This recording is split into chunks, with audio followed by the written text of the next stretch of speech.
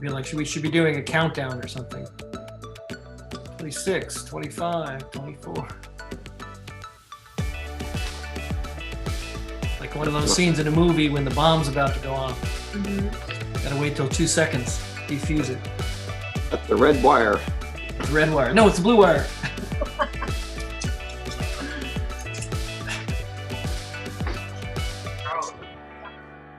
Was I the bomb in 2 seconds ticking away?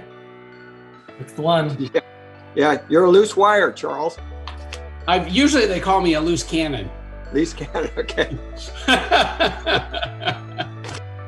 Hello, everyone. No bomb talk. Hey, thank you. All right. Are you ready? Are you there? Yep. Okay, 15 seconds. We'll go 15 seconds. All right.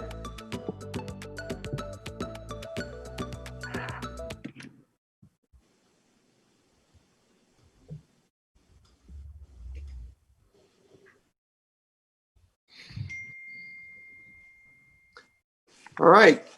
Hello, welcome to tonight's Design Review Commission meeting for Wednesday, September 2nd, 2020. Pursuant to the Governor's Executive Order N-29-20, City Commissioners may participate via teleconference. Teleconference locations are not open to the public pursuant to California Governor's Executive Order N-29-20. For the public, if you'd wish to participate in tonight's meeting, if you'd like to join us from your PC, Mac, or iPhone, the ID number is 938-6683-2417, and your password is 123718. If you'd like to join by phone, the number is 1-669-900-6833. So if we can have a roll call, please. Yes, Mr. Chair. Commissioner Krilling. Here. Commissioner Gorney. I am here. Commissioner Valia. Here. Vice Chair Case. Here. And Chair Killian. I'm here. We have a quorum. Okay, let's move on to item number 2, which is the consent calendar. Nothing is noticed on the consent calendar, although we do have 2 items that are up for renewals for 1-year extensions. Can we move those to consent, or does anybody would like to poll them or discuss them? Well, we can go, and if it's okay with the rest of the commissioners, maybe a nod of the head, we can move them to consent calendar. Yes. And then we can ask if anyone would like to pull those off the consent calendar. Okay, are we all okay on moving it to the consent calendar? Yes. Yes. Okay, and just for the public, the 2 items are, the first one is F&M Bank. They're requesting a 1-year extension of their approval. And the second is the Carmel Townhomes. And again, they're asking for a 1-year extension of their approval. So now that they're on the consent, would anybody like to pull them for any discussion? Okay, hearing none, do we have a motion? Mr. Chair, what we might want to ask if anyone in the public would like to pull those from the consent. Okay, so we'll open up to the public. I guess there's a 15-second delay, so we'll wait a while. Again, the ID is 938-6683-2417, and the password is 123718.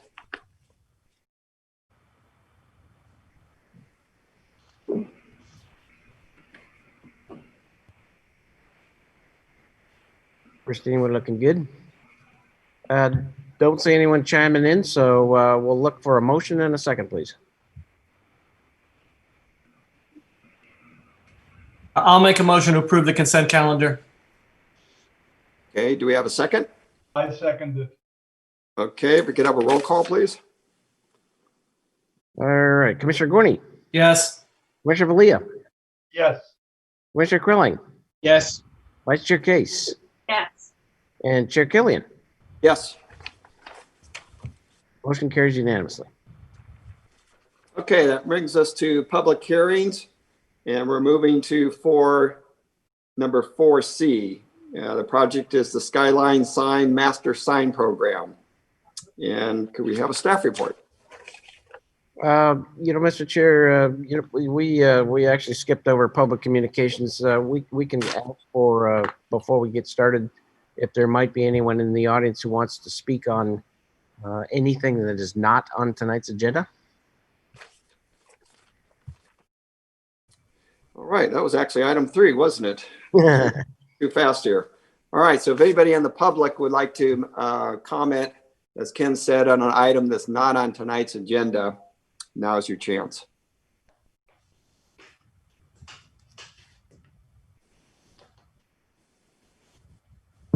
Okay, we're not getting anyone chiming in, so. All right, with that, I'm going to close the public communication for that portion and bring it back to 4C, again, the Skyline Sign Master Sign Program. And if we could have a staff report, please.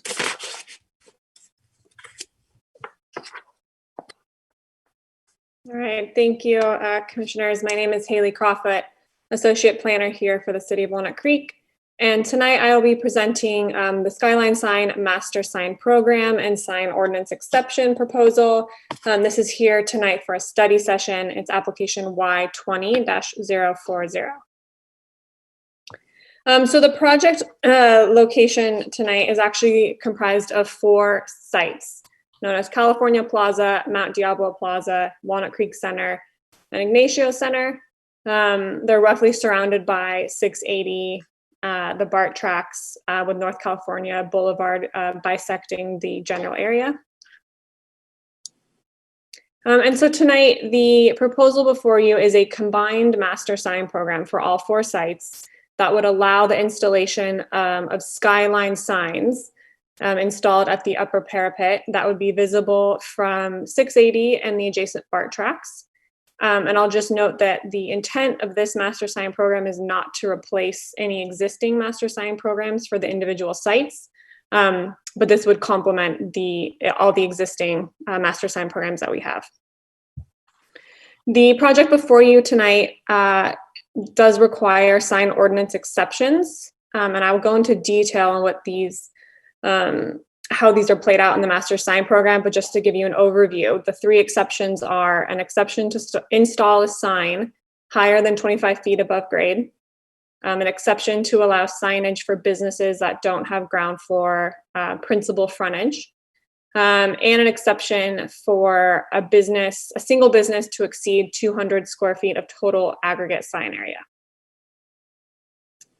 So in general, the regulations before you tonight for all sites, 1 upper level wall sign, or UW is how it's referred to in the sign program, would be allowed per building elevation with a max of 1 to 3 per building, depending on the building. And any business would be allowed these signs. And so that creates a situation where a business could be allowed multiple signs per building. The signs would be comprised of individual metal channel letters with a maximum letter height of 48 inches or 85% of the fascia height to which they would be mounted, whichever is less. And the logo would be permitted with a maximum height of 54 inches or 90% of the fascia height to which it was mounted. The letters are also being proposed as halo lit, internally face lit, or non-illuminated. And each sign would have a maximum sign area of 200 square feet. So I'll now kind of go site by site, and we can look at the different locations that are being proposed in the master sign program.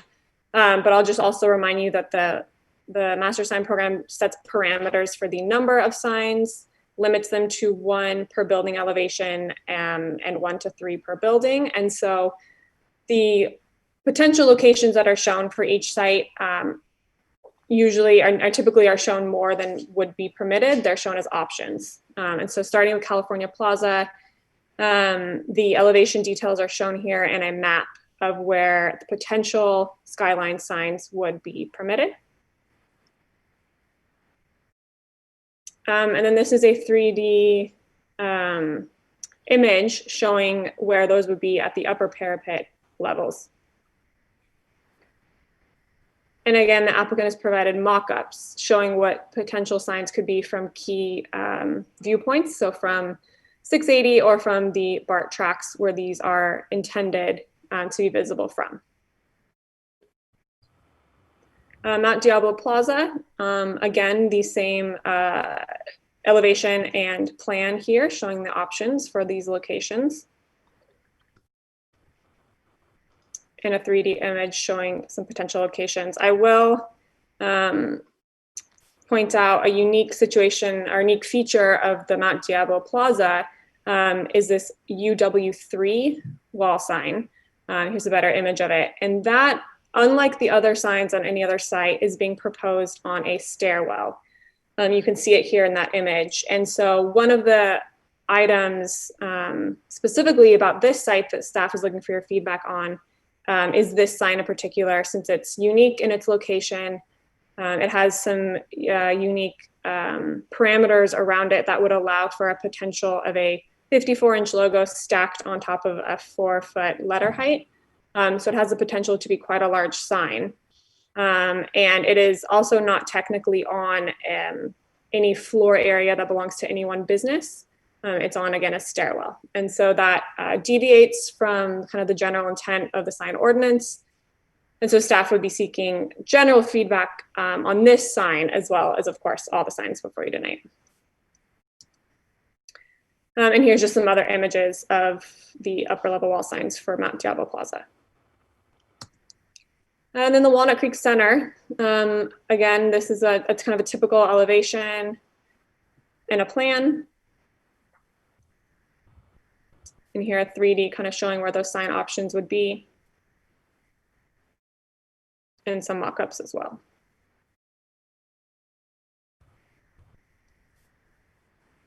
And the last site is the Ignatio Center.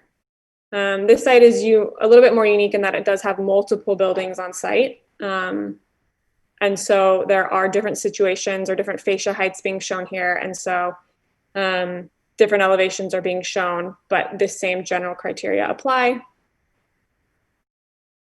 And so here's another potential and some 3D elevation or a 3D image. And again, some mock-ups. So as I mentioned, there's 3 sign ordinance exceptions that the master sign program would be required as proposed before you tonight. The first one being to install a sign above 25 feet above grade. The second one being to allow signs for a business that does not have principal frontage on the ground floor. And the third exception would be to allow a business to exceed 200 square feet in overall sign area. And that's because a business could potentially be allowed more than one sign. And if each sign is 200 square foot individually, then there's an opportunity for a business to have more than 200 square feet total.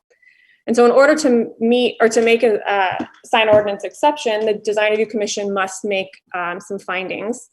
There's actually 5 findings, but 3 of them are applicable to this project. So the first one being that the sign size and placement limitations or aesthetic objectives of this chapter, being the sign ordinance, shall be followed as closely as practical. That the intent and purpose of the sign regulation shall be followed as closely as practical, and that an exception may be granted when it can be demonstrated that the signs are necessary to further a public use or a public benefit. And I also want to kind of point out and remind the commission that back in March of this year, Terry Kilgore, our assistant city manager, presented kind of a general scope of this project to the Design Review Commission, and really a connection with addressing current office vacancy rates that Walnut Creek is seeing, especially around the bar area, and connecting that as a potential to the lack of signage flexibility that we have compared to other adjacent jurisdictions, such as the area around the Pleasant Hill BART station, where they are seeing less spike in office vacancy and where they do have more flexibility for signage to be visible from 680 and from BART and from these other key features. And so the applicant tonight is requesting this master sign program to help alleviate and address some of these office vacancies that they're experiencing. And so I'll leave you with this kind of a summary of the items for discussion tonight.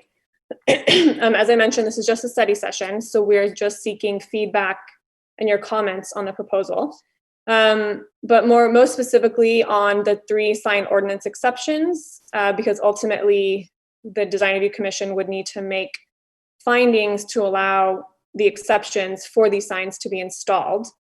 And if the Design Review Commission does feel that they can make those findings, then other items for discussion are how those signs are designed. So the maximum letter and logo size, the illumination being proposed, the city's design guidelines discourage halo or facelit letters for office development and for skyline signs.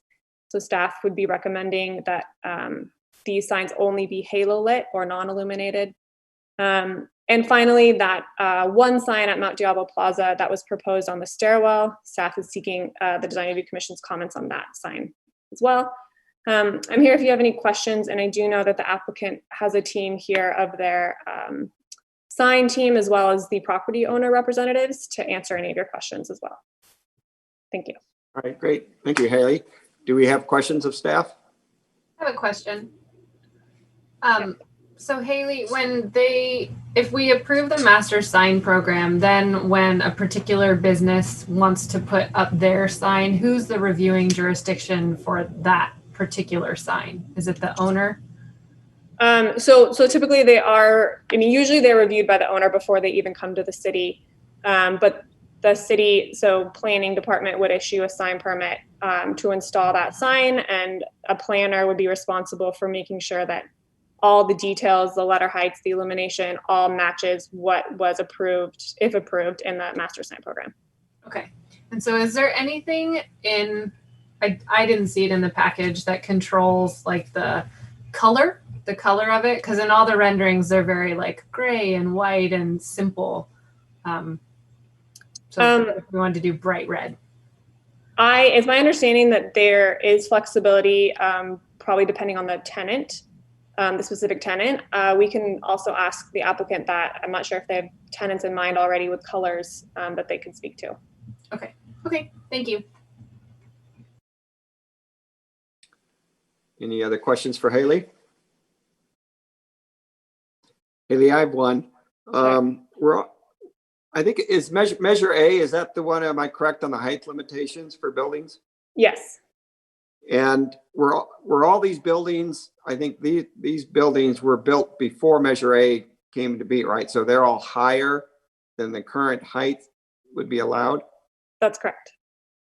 So are these buildings pretty much in its own group in that if somehow it was tied to the Measure A height limit, that there aren't any more buildings in Walnut Creek that would fit into this category?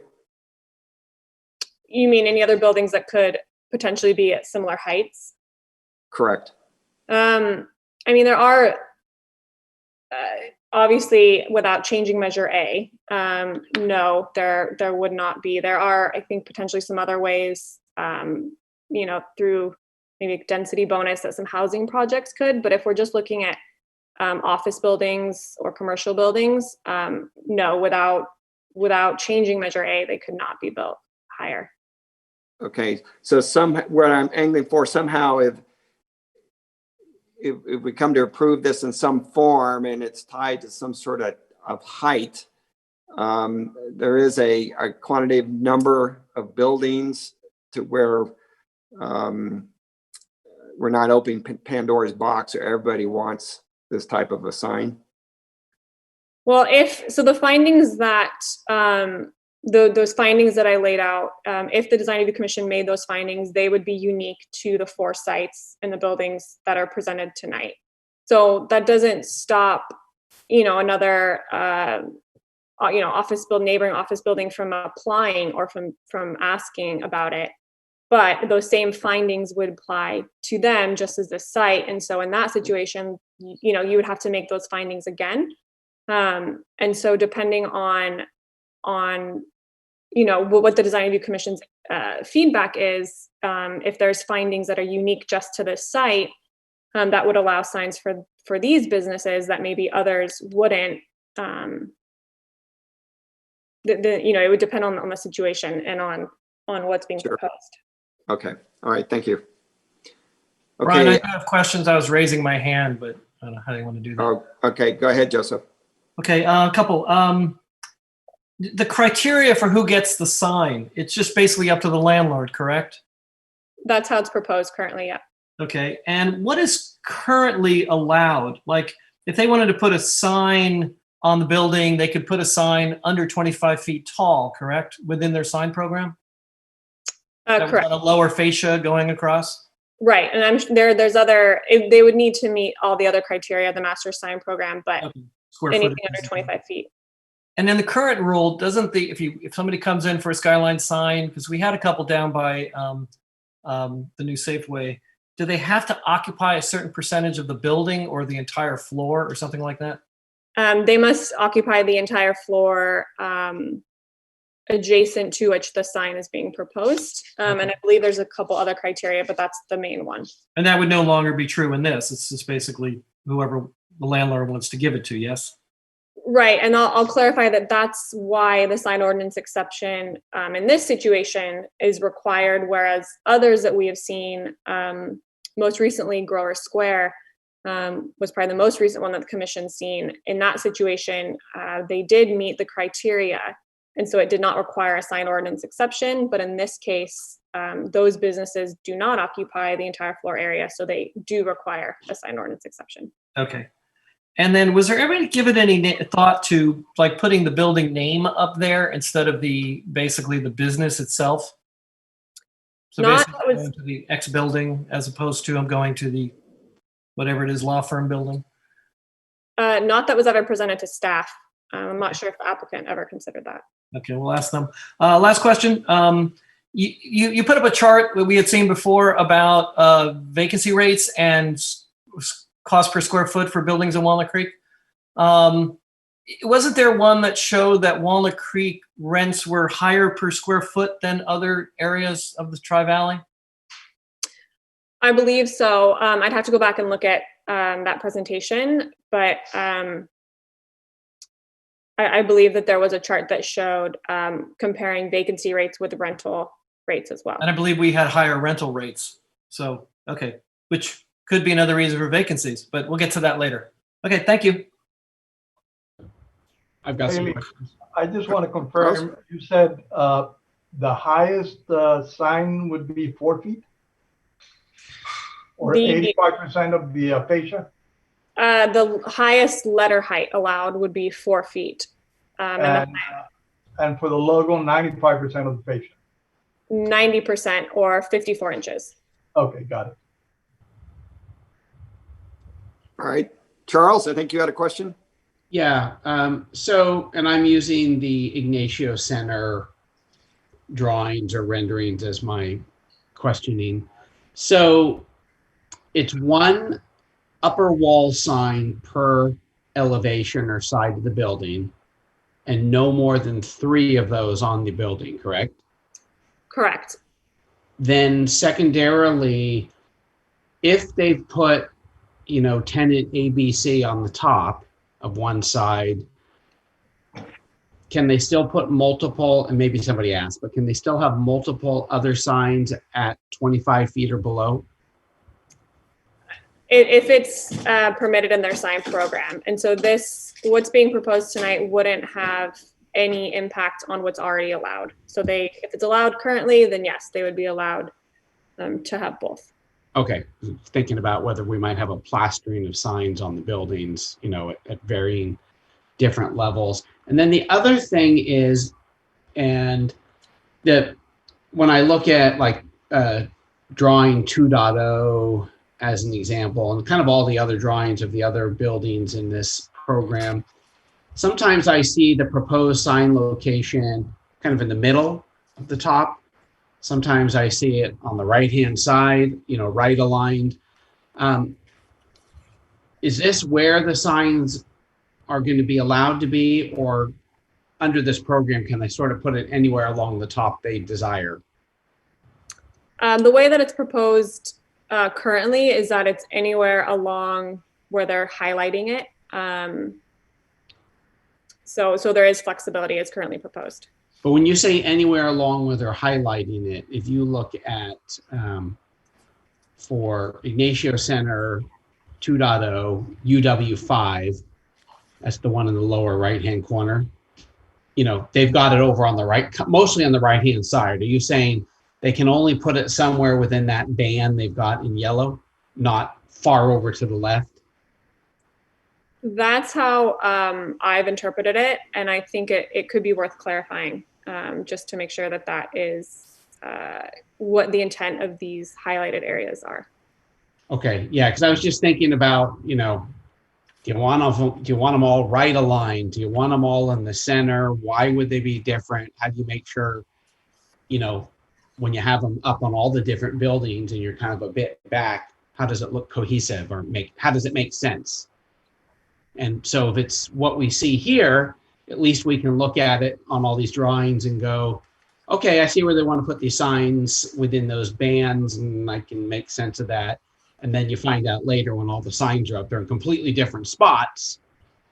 And then you might go, oh, that's kind of weird. Yep, that's a good point. And then I think Casey brought up one of my biggest questions, and I'll just talk about it more during comments rather than being a question, is the kind of the, once the master sign program's approved and as they're going through and it's time for a new sign that's going to have a different company name and a different logo, who's involved in saying that's okay? So I have some thoughts on that. I'll share at comment time. Ryan, can I ask one follow-up question to what Charles was talking about? Go ahead, Joseph. If you look at page 6.0 on the same building, same set for Ignatio Center, I guess that is.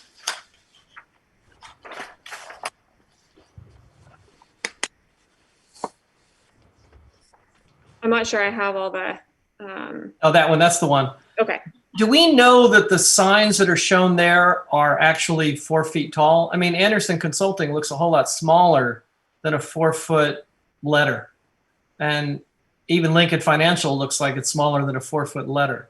You had said a maximum 4-foot letter, but at some point, will we get a drawing that shows the actual fascia size and that the letter fits? One of the items that that staff is requesting is that we have all the fascia heights for every potential sign location, so that we can verify when they do come in that they are meeting the requirements.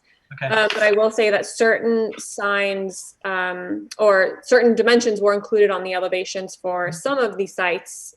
So for instance, Ignatio Center, this detail shown on the screen right now, their fascia band is actually 4 feet. And so that's where the 85% kind of rule would come in. And so they actually would be only allowed a 3-foot max letter height or a 3-foot 4-inch max logo. So they, in some situations, they are smaller than the 4 feet. Thank you. I missed that. Thank you.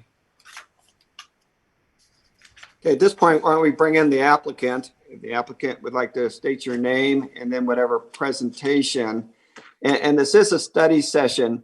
So I think rather than having our regular question and back and forth and comment, let's loosen it up a little bit and just have some free flowing thoughts going back and forth, and maybe we can get a little bit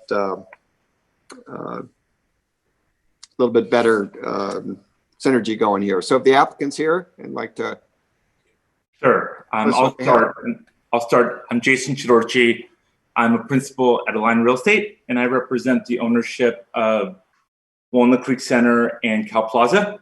And the team from both Hines, who owns Ignatio Center, and the team from Swift, who own Mount Diablo Plaza, are on the phone as well. We all are working together to try to get something done and be cohesive, and appreciate your guys' time and listening to us. We're excited to be here. Look, this has been a tough time, and we can talk about the rents and the vacancy and what has happened and transpired since Terry's presentation. I think she did a great job kind of laying out the economic benefits. But this is really a sign that the Walnut Creek Park area is open for business. And we've lost tenant after tenant, large tenants like AAA, like UBS, like Mass Mutual, who have gone to neighboring markets where they can get the identity that they are seeking, that they want. We really appreciate consideration here. We think this would be a really big win for this market. We've focused on signs that meet the objectives here of looking at BART and looking at the freeway and not just trying to put a ton of signs up. And I think, Ted and Gordy have done a nice job with the presentation. And with that, I will let take it from here. Yeah. Thanks, Jason. Yeah, echoing what Jason said, I'd like to thank Haley for all of her work and her support. It's been a great process, been a good back and forth, and we appreciate all of your time just talking this through, and the option to make it kind of less formal and a little more back and forth is great. I took a few notes while some of the questions were being asked. So I thought Haley did such a great job of walking us through basically every project. I thought I'd just kind of hit on a few of the questions. One of the reasons we connected the letter height to the percentage of the fascia is that on a lot of these buildings, we have these fairly small fascia bands on very massive buildings. And that's why it was Haley's recommendation, and I think it was a good one, to do the whole building elevations. So you can really see that in the scale of these buildings, these signs are going to be fairly small. There's only one sign that's going to be allowed on any frontage, so you're never going to see two signs on the same face of a building. And also because of the fairly limiting fascia bands, a 3-foot letter on a building this size is actually pretty darn small. We do a lot of larger, buildings that are this type of size, and it's not unusual to see logos get up 5 and 6 feet tall. So 3-foot letter in the distances that we have to our audiences on 680 and 24 is kind of minimal in terms of scale. And that's another reason why we're really hoping to get facelit letters, is that halo lit letters just aren't going to have the impact a lot of the brand conscious employers are going to want and really like about these key locations. I think that the visibility to these key locations is great. And then giving these companies, brand conscious companies, the opportunity to display their brand in these highly visible areas would be a real win. Both for the city and for these buildings. So that's why we wanted to push that percentage up to 85%, just because of the strong banding on these buildings. I guess banding was really popular when these buildings were all built, because I think they were all kind of built at the same period. Colors, we do want to give as much flexibility to our potential tenants as we can. So we are allowing colors. It will be up to the landlord. At some point, the landlord may go, whoa, that's a little garish on my building. These are nice buildings, and these are buildings that obviously the landlords care a lot about. They're in pristine condition, and they're really very nice things. But we are allowing flexibility of color. The tenants will be, again, up to the landlord's discretion as to which tenant goes on which face. So if they get a big multi-floor tenant, they'll have the flexibility to give them a couple frontages. The number of signs is also, in addition to never seeing two signs on the same side of one building, there's also a cap. Most buildings are capped at 2 signs per building. There's a couple unusual buildings. A lot of these buildings have a lot of geometry and not a lot of opportunities. So there's a couple buildings that we allowed to have up to 3 maximum, but never more than that on a single building. So when you look at the photos, you see more than one sign. You see more signs than in reality would be permitted. But we wanted to give you an idea of what we were proposing here. Let's see. The question about location. The rectangles that you see on the building, those we think are the optimal viewing points that a tenant would want. You'll see that, like on Ignatio Center, we have the large building is a very symmetrical building, so we centered it. A lot of the other buildings tend to be asymmetric, and so On those buildings, we envision, someone wanting to be able to slide their sign left or right a little bit, but we think that the area that we've chosen is kind of the optimal viewing location for a sign. So we anticipate that that's probably where a tenant's going to want one, is somewhere in that vicinity. Slides a little left, slides a little right. I'm not sure that would be a problem, and we kind of leave it up to the tenant. Again, the buildings are asymmetric. I think they can handle signs being right or left justified. I think they can handle signs in the center of walls. There's a lot going on in these buildings, the stair stepping and things like that. Symmetrical buildings, I can see going, okay, let's center those ones and make that clean. But on the other buildings, I think there's enough going on where we don't really feel compelled to do that. I think that kind of hit all the high points. You have anything, Gordon? No, that's good. Yeah. So, if there's any questions, we're here to answer them. All right, and let's just jump in. Like I said, we can kind of keep this free flowing rather than a very formalized meeting. So let's just go back and forth, and maybe that's the best way of handling it since it's just a study session. So let me just start. Is it fair to say that really these signs are really only to advertise to 680 and BART? It's really got nothing to do with the city of Walnut Creek as far as pedestrian finding, wayfinding, or how you get there. And it's going to be in its own class by itself for freeway and BART only. Is that a fair statement? Yeah, that's very fair. In fact, one of our earlier renditions, we had some signs that were a little more oriented towards Ignatio and some of the North California and North Main Street. And we worked with Haley, and Haley said, let's keep this focused on BART and 680. So that's what we did. So everything is really looking at views to those main audiences. So that might be another way to define it, that if you don't have a frontage that faces on 680 or the BART, then it wouldn't apply. Yeah. Is that would be a good justification. In fact, a couple of our earlier locations, when we got into studying them, we discovered that, there's a building right in the way, and there's just no way to see that surface. You get the 3D and you think, that's a great surface. And then you start looking at the actual sight lines and you realize, there's another building that's right in front of that. So. Okay. All right. So anybody jump in? We're not going to be raising hands, I think. Let's just keep this moving. I just have a question. So where does the big sign on the stairwell tower fits in on this strategy? Because that's humongous. That's a huge sign. That sign is there. Let's go ahead and I'll just pull that sign up because I know that is so that's this sign right here. And this is one of those buildings that, again, it's going to be a matter of there's 3 signs total on that building. There's really only one opportunity on this building. So that sign is, let's go back to the size. When you look at it in context of the building, that is like the maximum square footage that it could be. That hatch shape.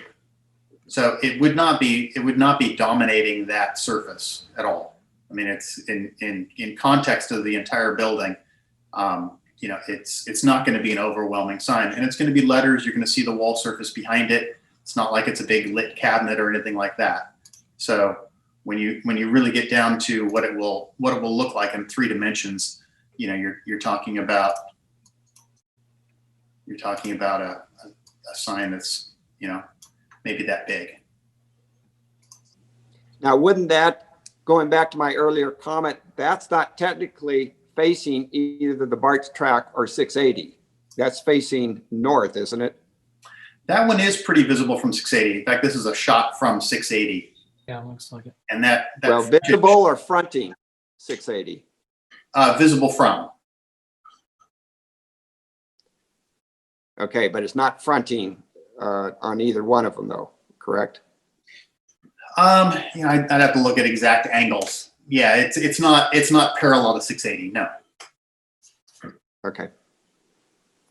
Seems more like when you're driving down the freeway, you'll see it, or if you're coming down BART, you'll see it in the distance. Yes. But my sense is that it actually deviates from the pattern of fascia, 85%, 4-foot max sign. This one appears to be random. It appears to be a huge sign in the middle of a tower because it looks it's visible from many places, but it doesn't have the design relationship that you've been establishing with all the other signage. Well, it actually sort of does. So we did say that the logo height is still the same, can't be more than 54 inches. The maximum letter height is still 4 feet. So all we're really doing is we're taking what is normally stretched out on a fascia and allowing it to be stacked because we have a large surface. So the letter heights are the same as a fascia sign. The logo heights are the same maximum as a fascia sign. It's just a different proportion. Instead of having this fascia, we have a rectangle, a more square shape. And so we basically took the exact same criteria and allowed it to happen. Yeah, it's just that I find the design intent of the other signs to go very well with the building. I mean, it sort of reads the building. This is just a sign to be seen. The other ones become part of the building. They blend very well with the fascia. Size is moderate. The lighting is going to be what we want it to be. But this one is just a huge sign, which in turn you could be placing anywhere else in any of those other spots. I think it doesn't relate to the building as good as the other ones do. Okay. Yeah. It's because I think it's very massive. I mean, that's my reaction to it. Yeah, it's kind of funny because when I look at the building, I almost think that the architect probably envisioned a sign there. I'm kind of I'm on the fence on that location. I've gone back and forth between when there's nothing on that piece of wall, it stands out like a sore thumb. It's kind of a big blank wall. At the same time, because it's a 2-line sign rather than 1 line, it does stand out from all the other signs. I mean, what if it was just a single line sign and logo, or a logo and a single line? I don't know, Carlos, if that would be any better to you or not. Well, it becomes like a billboard to me. I mean, that's what bothers me. I mean, the other ones are part of the building. This is a billboard that could go anywhere else. That's a good point. A standing billboard anywhere else, and it'll serve the same purpose as this one. A big sign that has no relationship to the building. It's because for me it's massive, and it doesn't follow the design intent of the other signs.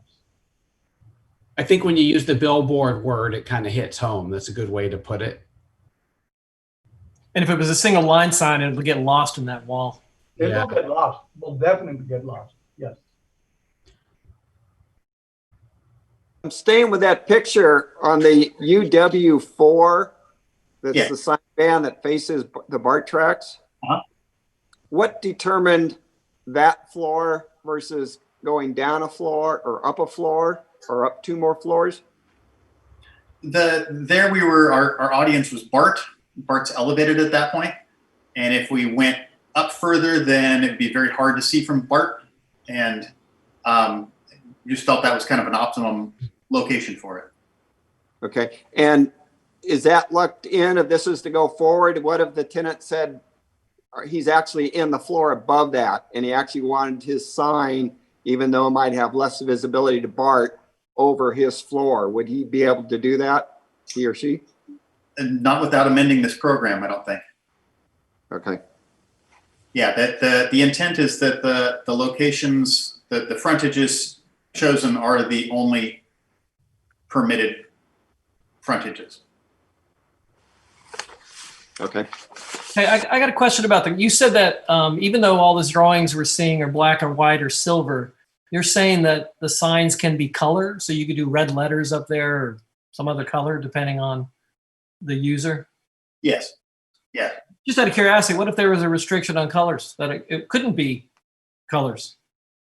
Had to be metal or something else restricted. Would that not work as advertising on the building for the tenant is really the question. For some tenants, Apple wouldn't care because they're primarily white. Tenants that have a little bit more consumer-based businesses. So, the Googles of the world, the AAAs up the road, people that have, their colors are sort of really connected to who they are. Yeah. Okay. Wouldn't be super excited about that. Yeah. And then lower on the building doesn't really work for most people because it really doesn't get the high advertising for the BART station and for BART, correct? Yeah, or from 680. 680, the height matters, getting up as high as we can. And is part of it that people can't find the building? I mean, is it like, I just have to ask if does putting the building name on there at all help? You look at, John Muir and they got their logo up on the tower and no real signage. Is that just really, your building name doesn't work for this because you're really trying to get advertising for the users? Yeah, building name isn't going to appeal to a brand conscious tenant. Okay. Unless the building itself had just super cachet. Okay, got it.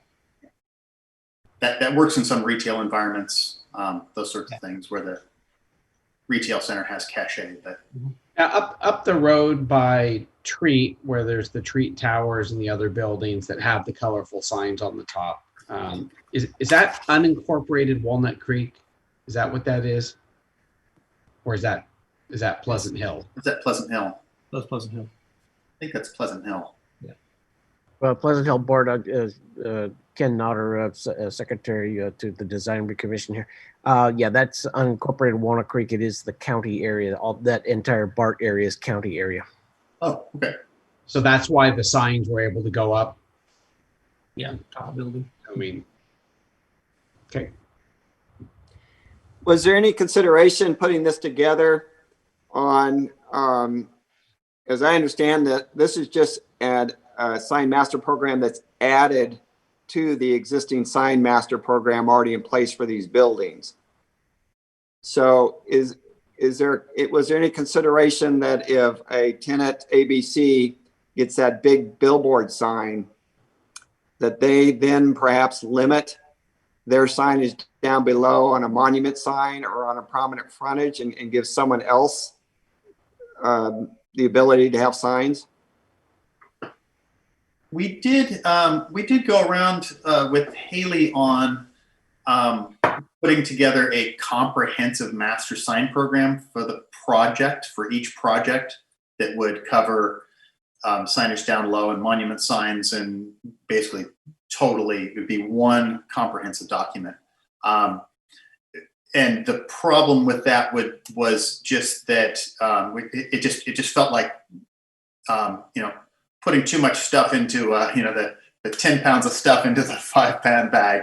And so what we agreed was, let's just stay focused on this limited cross section of signs, and these are the things that were most important to ownership. So.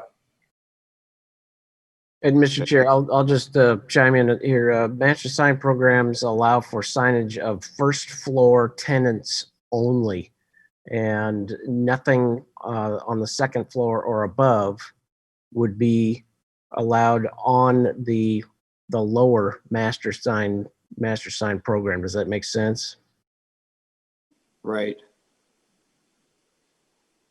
I was just wondering if ABC takes, has the first floor, second floor, or whatever, and they have the big sign, and then they're also the ground floor sign, and then the little corner tenant that has maybe 1,000 square feet on the lower floor doesn't get any signage. Yeah, the master sign program for the lower signs is really meant to address pedestrians, motorists, and folks who are looking for the particular tenant, and should address every ground floor tenant if there is signage allowed for those tenants. Not every office building desires to have ground floor tenants identified, but a lot of them do. Okay. I think one important thing for me is about the approval of the sign. So once the program's put in place, there's still a myriad of colors, logos, fonts, etc. That is left to the landlord. I would feel a lot more comfortable because this is a big deal. You know, if this gets approved, this is a pretty big deal for the city. It's the first time it's I'll call it a fairly large scale skyline sign program, right? Kind of really breaking new ground for the most part. I wouldn't want to see the landlord having to come back for public hearings all the time because I think that would be excessive. But is there a possibility that, you know, the sign subcommittee can work with city staff and the landlord as, you know, one tenant leaves and the new one comes in and they're, you know, here's a new sign, or for the initial signs as well, such that there's some level of overall design review to try and make sure it all looks good, to say it very basically, and not just leave it to the landlord. Yeah. I had a similar thought because I feel like I don't mean to be saying something negative, but I even have a hard time distinguishing one of these buildings from the other. So I actually think some signage on it is a nice like branding opportunity. But I think it could be really great and help, you know, create a sense of place for these buildings, even if it's just from people passing by. But it also has to be thoughtful and well designed. So there's a part of me that, yes, the ones shown in the package are very simple and non-offensive, but it almost feels like they could be actually very fun and artful and something that is memorable. And so it would be fun if there was like a level of design brought to it that felt like it was really enhancing the building and not just saying financial, you know, attorneys here, attorneys at law, something like that. Or if it were a little bit more of a, you know, graphic design exercise. But I am not entirely sure how to control that level of thoughtfulness. Yeah, that's how I feel, because like some of the buildings there have logos and kind of a design sense. That's why I was asking about logos on the building more as a place. I mean, I hate to say it, I consider this to be advertising, and you know, we're putting billboards for advertising on top of the buildings. And I really got to say, I don't support it at this point in time. I'll say that because this is a study session, and I just want to make sure I give the applicant a chance to speak on this, because, and I think we're asked normally to look at the aesthetics, and I think, yeah, maybe you could say that the fascia could take a sign, but I don't really see any public benefit at all to doing this. I think we're really going outside of the normal signage program. I understand the economic benefit. I get that, but I've always liked the fact that Walnut Creek does not allow skyline signs. We've been asked to do them in a lot of other places in town, over by Shadelands. And, you know, I think the lower signs that are more auto or pedestrian oriented make more sense. And I pretty much am not going to support putting advertising on top of the buildings. In your program, I didn't see anything about timing. If these were to go up, are they going to be lit 24 hours a day, or part of it? Yeah, that's definitely something we could include. That there would be certain times when lighting is on and off. We make a note of that. Yeah. That's a good comment. As Charles said, this is a big change to what we do in town, and people are going to see it and notice it. Yeah. So it is critical that this is not done flippantly, if it's done. May I address the last comment that was made? Sure. Look, I appreciate the comment about what the intentions are, but I will tell you that, especially the last 6 months, of our largest tenant at Cal Plaza downsized by 3/4. Our buildings are a population for not just the buildings, but they're for downtown, for the restaurants, for the area around it, especially with the transit village coming across the street. We need help.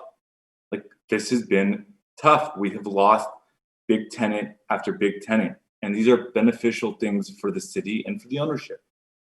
And I think this really would be a game changer for us. And we'll work with you guys in terms of what you think is important to do. But really, honestly, it's been rough, and we're losing our big tenants to Oakland and to Pleasant Hill, BART, and to Pleasanton and to other markets where we want to show people we're open for business. And our rental rates have fallen, and we've given them concessions, and we've done what we can do. I think we can do things that you guys, the way you want us to do it, and appreciate some of those comments, but really do things as a benefit for the entire Walnut Creek market. And what you're saying is you want to have a signed program on this, so it's not done on a one tenant at a time basis. Because if you have somebody coming in to rent a space, you want to be able to say, yes, we can give you this spot, versus you'll have to go through a big process to get it approved, correct? Yeah, and look, there's a reason that we came together, right? Swift and Hines are our competitors. We obviously bought 2 of the projects, but we wanted to come with you guys with something more uniform, and Haley's been great to work with, where we're not just one-off. You know, Hines had signs that were facing locusts at Ignatio, and to Haley's credit and to Hines' credit, that wasn't part of the program.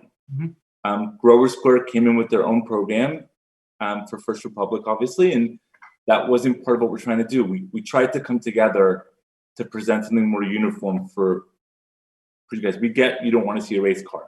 We get you don't want to see a bunch of different signs, and I think the Lutheran and the Wiedner team has done a nice job of trying to make sure that that doesn't happen and limiting the amount of signs. Would you be okay if within certain restrictions that the sign would have to go to sign subcommittee just for final review?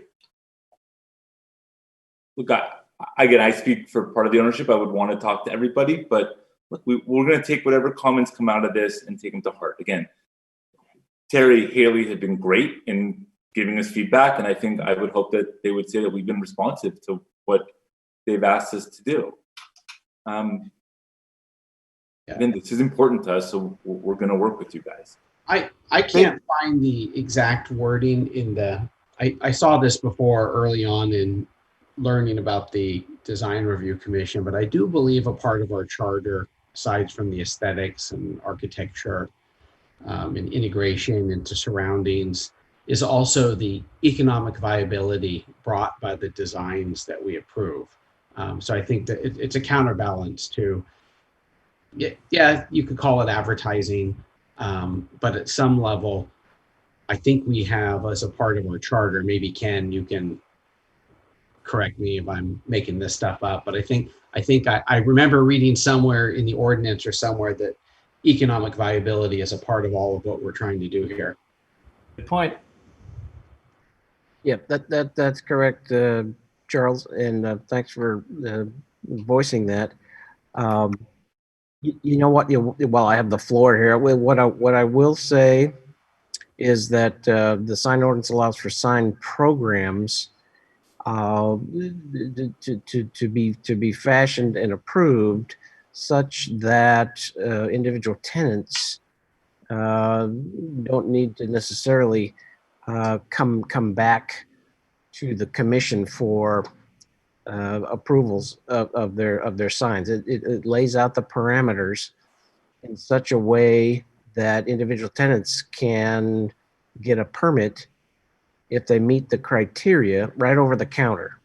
And so if there's discussion about bringing every sign back to the commission or the sign subcommittee, I'd have to look into that a little further.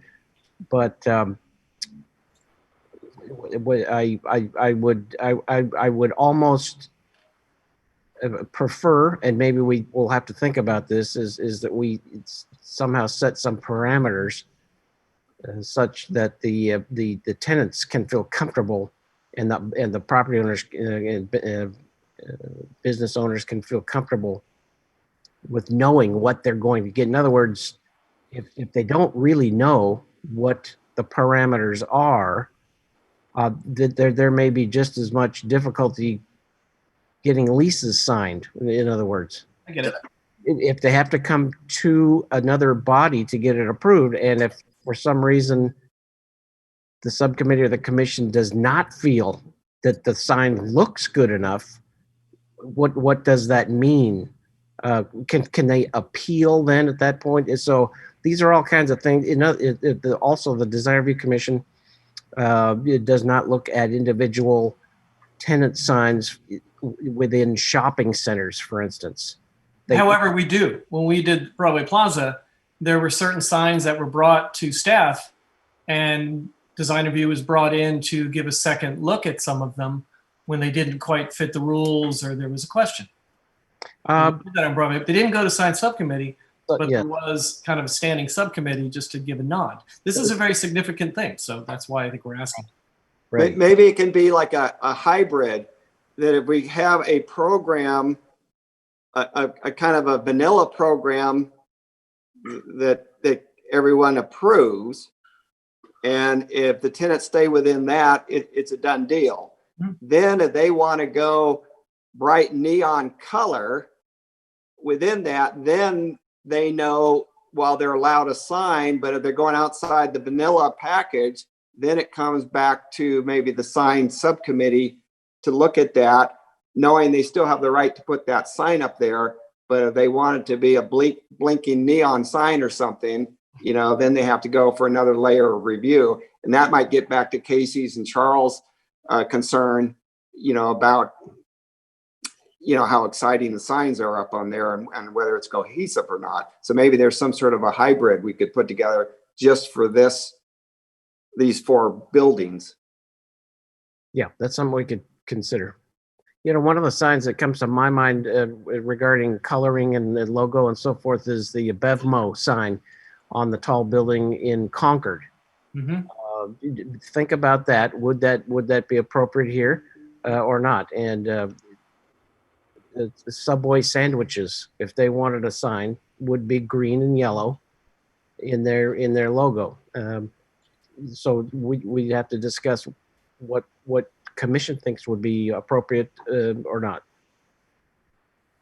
Yeah, that's a tough one because a lot of companies, even boring ones like Bank of America, have some pretty bright colors.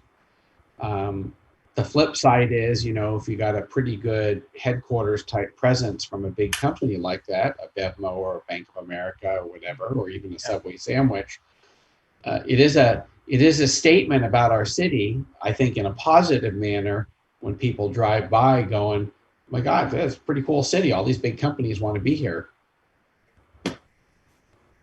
You're also going to have trouble with companies like AAA because all they have is 3 A's and a logo.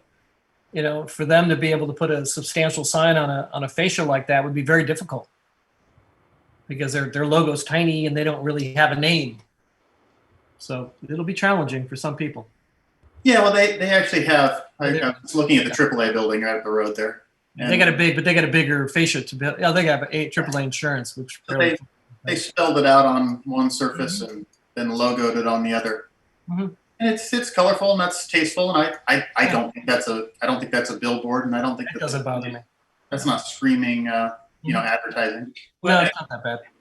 And I think the other thing is that you can see that the AAA logo is thinking about that one elevation where it's not part of the band on our program.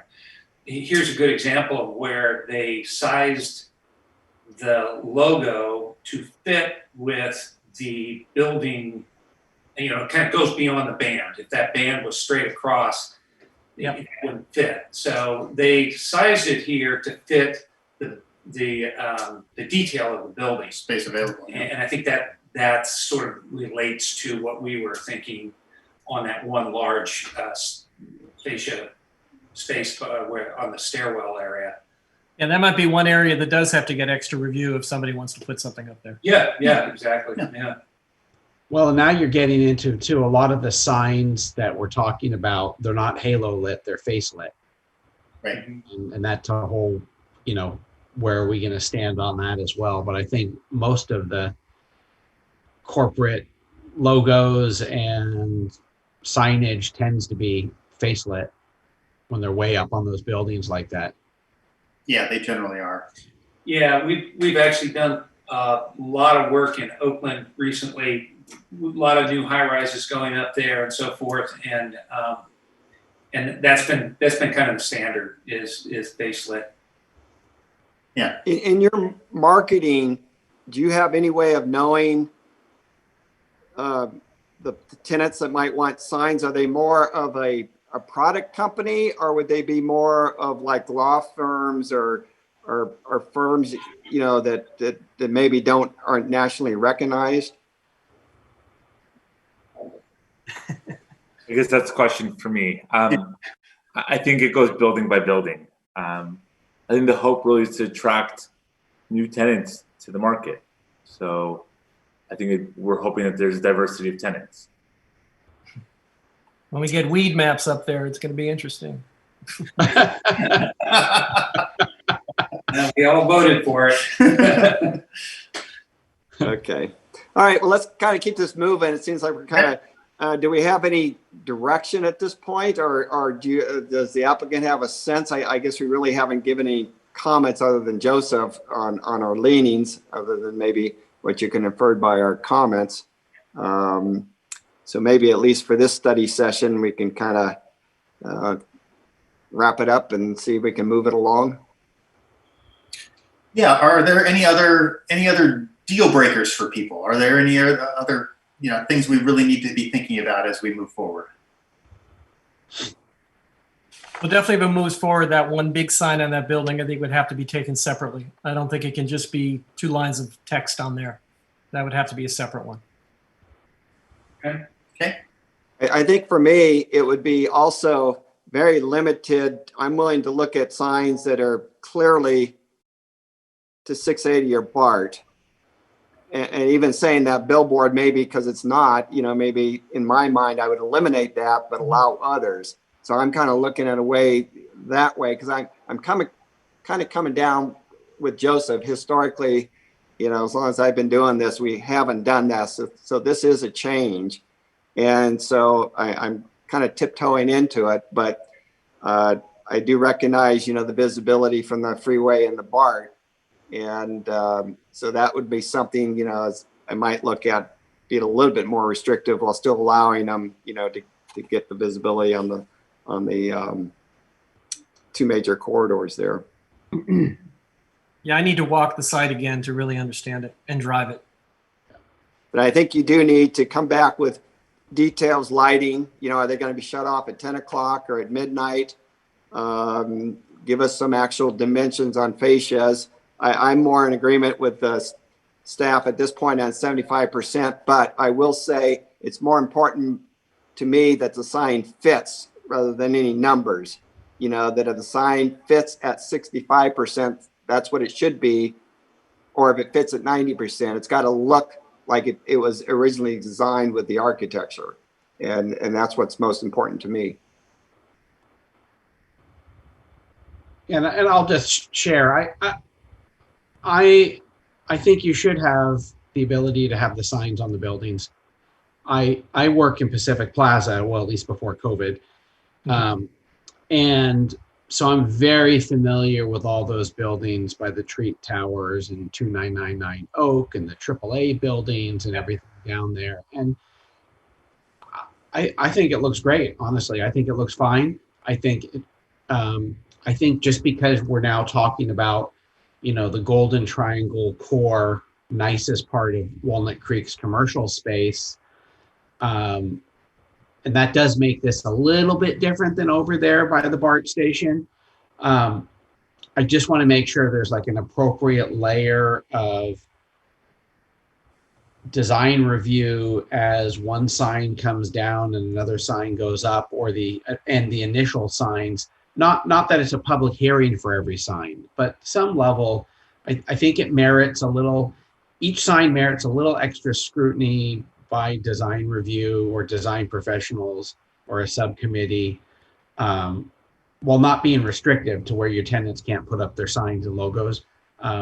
Because I do think I can see where the tenants are like, well, wait a second, I can just go up a mile have my nice, pretty sign up there. Why do I want to rent here and even pay a little bit more money? I want them to want to rent here and pay a little bit more money. I really do. So, but I just want to make sure, because it is such a big deal, this would be very precedent setting for the city, that it's got the right, I'll go from my kind of world of work, you know, the right checks and balances in place to make sure that something doesn't go awry in the future. But I do support you having a skyline sign program for all these buildings. The other thing too, I don't want to put in is the precedent to where if, for example, the old Beacons building that's on Mount Diablo Boulevard, that faces 680, potentially might have some visibility to BART. So are they going to come in now, or other buildings, you know, that say, well, look, they have it. Why can't I put a sign up there now? Exactly. And so I think we have to look at this very carefully and somehow, you know, make the findings or make it limited if that's the direction we're going, you know, for just this, or do we recognize that, okay, you know, we may be opening up something here that could be citywide also. That might be part of the new design ordinance as part of the new design guidelines, I'm imagining. Yeah. I mean, the reality is San Francisco pretty much stopped skyline signs. I worked in a building that was grandfathered. That was One California. It was Air Touch. Now it's a bank. U.S. Bank. U.S. Bank. Yeah, but you know, interestingly enough, if you look at the majority of the buildings in San Francisco, they don't have signs now. Maybe because it's such a you know, large city, iconic city, you know, they can get away with that.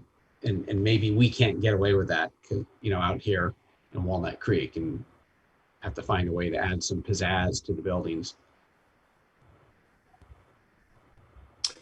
Okay, Carlos or Casey, did you have any input at this point? I take no exceptions with the signage program when it comes to all the signs that have a close relationship to the building. Tying the signage to the fascias appears to be fine at this moment. It needs more scrutiny. It needs to go, I hope, the hybrid idea that you mentioned before comes to fruition, because we would like to see how this develops. I take no exceptions to the sign not being symmetrical. I think it's important that the sign is at a visible location, and but having control over the size and the height and the proportion with the architectural elements, it should be a big component of this program. That's why I concur with everything that's been said about the fascia locations. That's why I think the billboard that is located on the tower is, I don't think that is part of the same program that relates the signs to the building.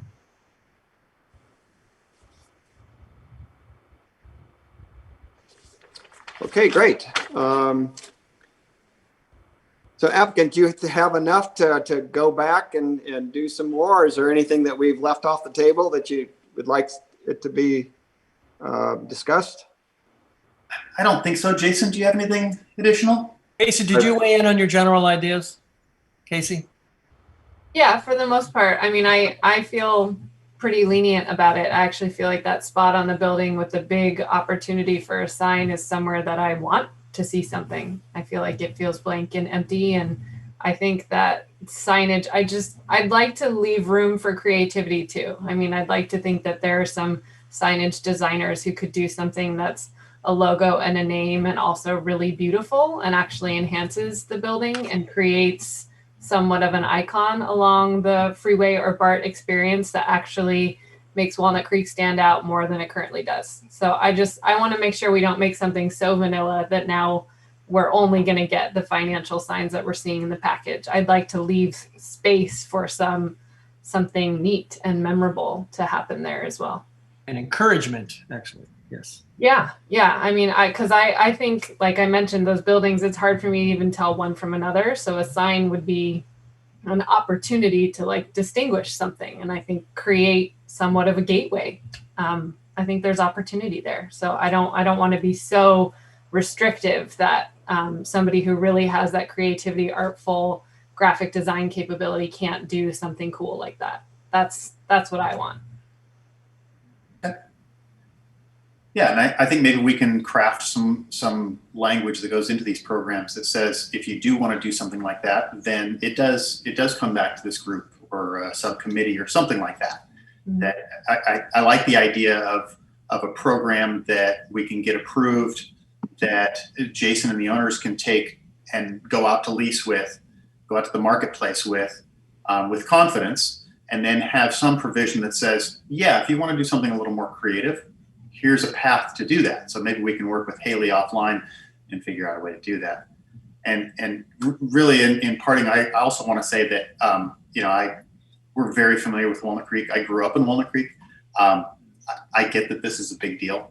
And I really appreciate the serious consideration you're giving to this, because I know it's a big step. And it's something that hasn't been allowed before. So totally respect that and really appreciate the input and the openness from this group. Mr. Chair, if I could, we do need to ask if there's any public that would like to weigh in on this. We did not do that. We need to open and close the public hearing. So maybe you can read off the numbers again for participation from anyone outside. Sure. I haven't been very friendly to the public tonight, have I? Okay, we're going to open it up to the public. And if you'd like to participate, again, the webinar ID number is 938-6683-2417, with the password being 123718. And if you'd like to call in on the phone, it's 1-669-900-6833. And while we're waiting for anyone to chime in, Haley, did you have anything that you wanted to have the commissioners address tonight? Not that has already, I'll throw this up again, been discussed. I think we hit on the potential sign ordinance exceptions. There was discussion on the logo and letter size, illumination, and then that stairwell sign. So I have nothing else.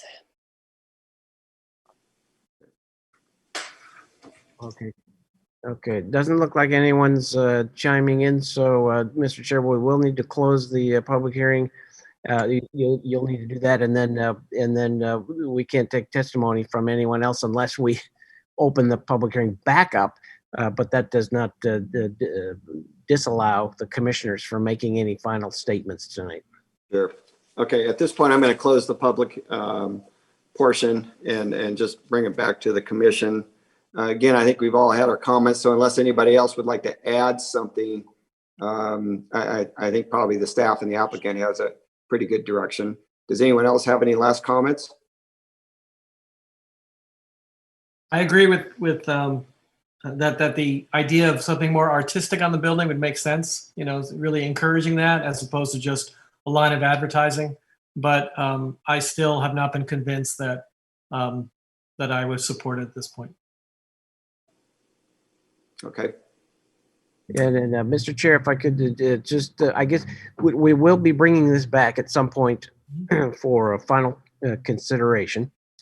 I guess thinking about if you're inclined to support the program, the sign program that's proposed, be thinking about between now and then any findings that might be directed at these 4 properties that may exclude or prohibit other properties in town wanting to do the same kind of thing, or it's up to you too. Can you make the findings that would be universal, and is that an issue to the commission or not? So be thinking about the findings that you may be willing to live with if this is something that you would like to move forward for these applicants. Okay. Mhm. Okay. With that, I think we've probably come to the end as much as we're going to get through tonight on this particular one. So, thank you to the applicant, and we look forward to you coming back with, I guess, a few more details and a little bit more polish on it. So with that, let's move on to the next project, which is item 4D. It's the 1501 North California mixed use. Before we go further, I have to recuse myself with because we're part of this project. So I'm going to step out. Casey, I guess you're going to take over for me. And with that, Casey, I'm going to hand it over to you, and I'm going to say goodbye. All right. Thank you. Uh, And Joseph, did you have to? Casey, I too have to recuse myself from the project because I'm working with the neighboring property owner on some things and have been involved with this one. So I also need to recuse, and I will not be back. Okay. Have a good meeting. All right, good night. Yep. Okay, so we're going to move on to the 1501 North California mixed use building. So do we have a staff presentation? Yes, we do. Good evening. My name is Alan Carrion, Associate Planner, and I'm presenting the project item 4D, and I'm going to start sharing my screen at this time.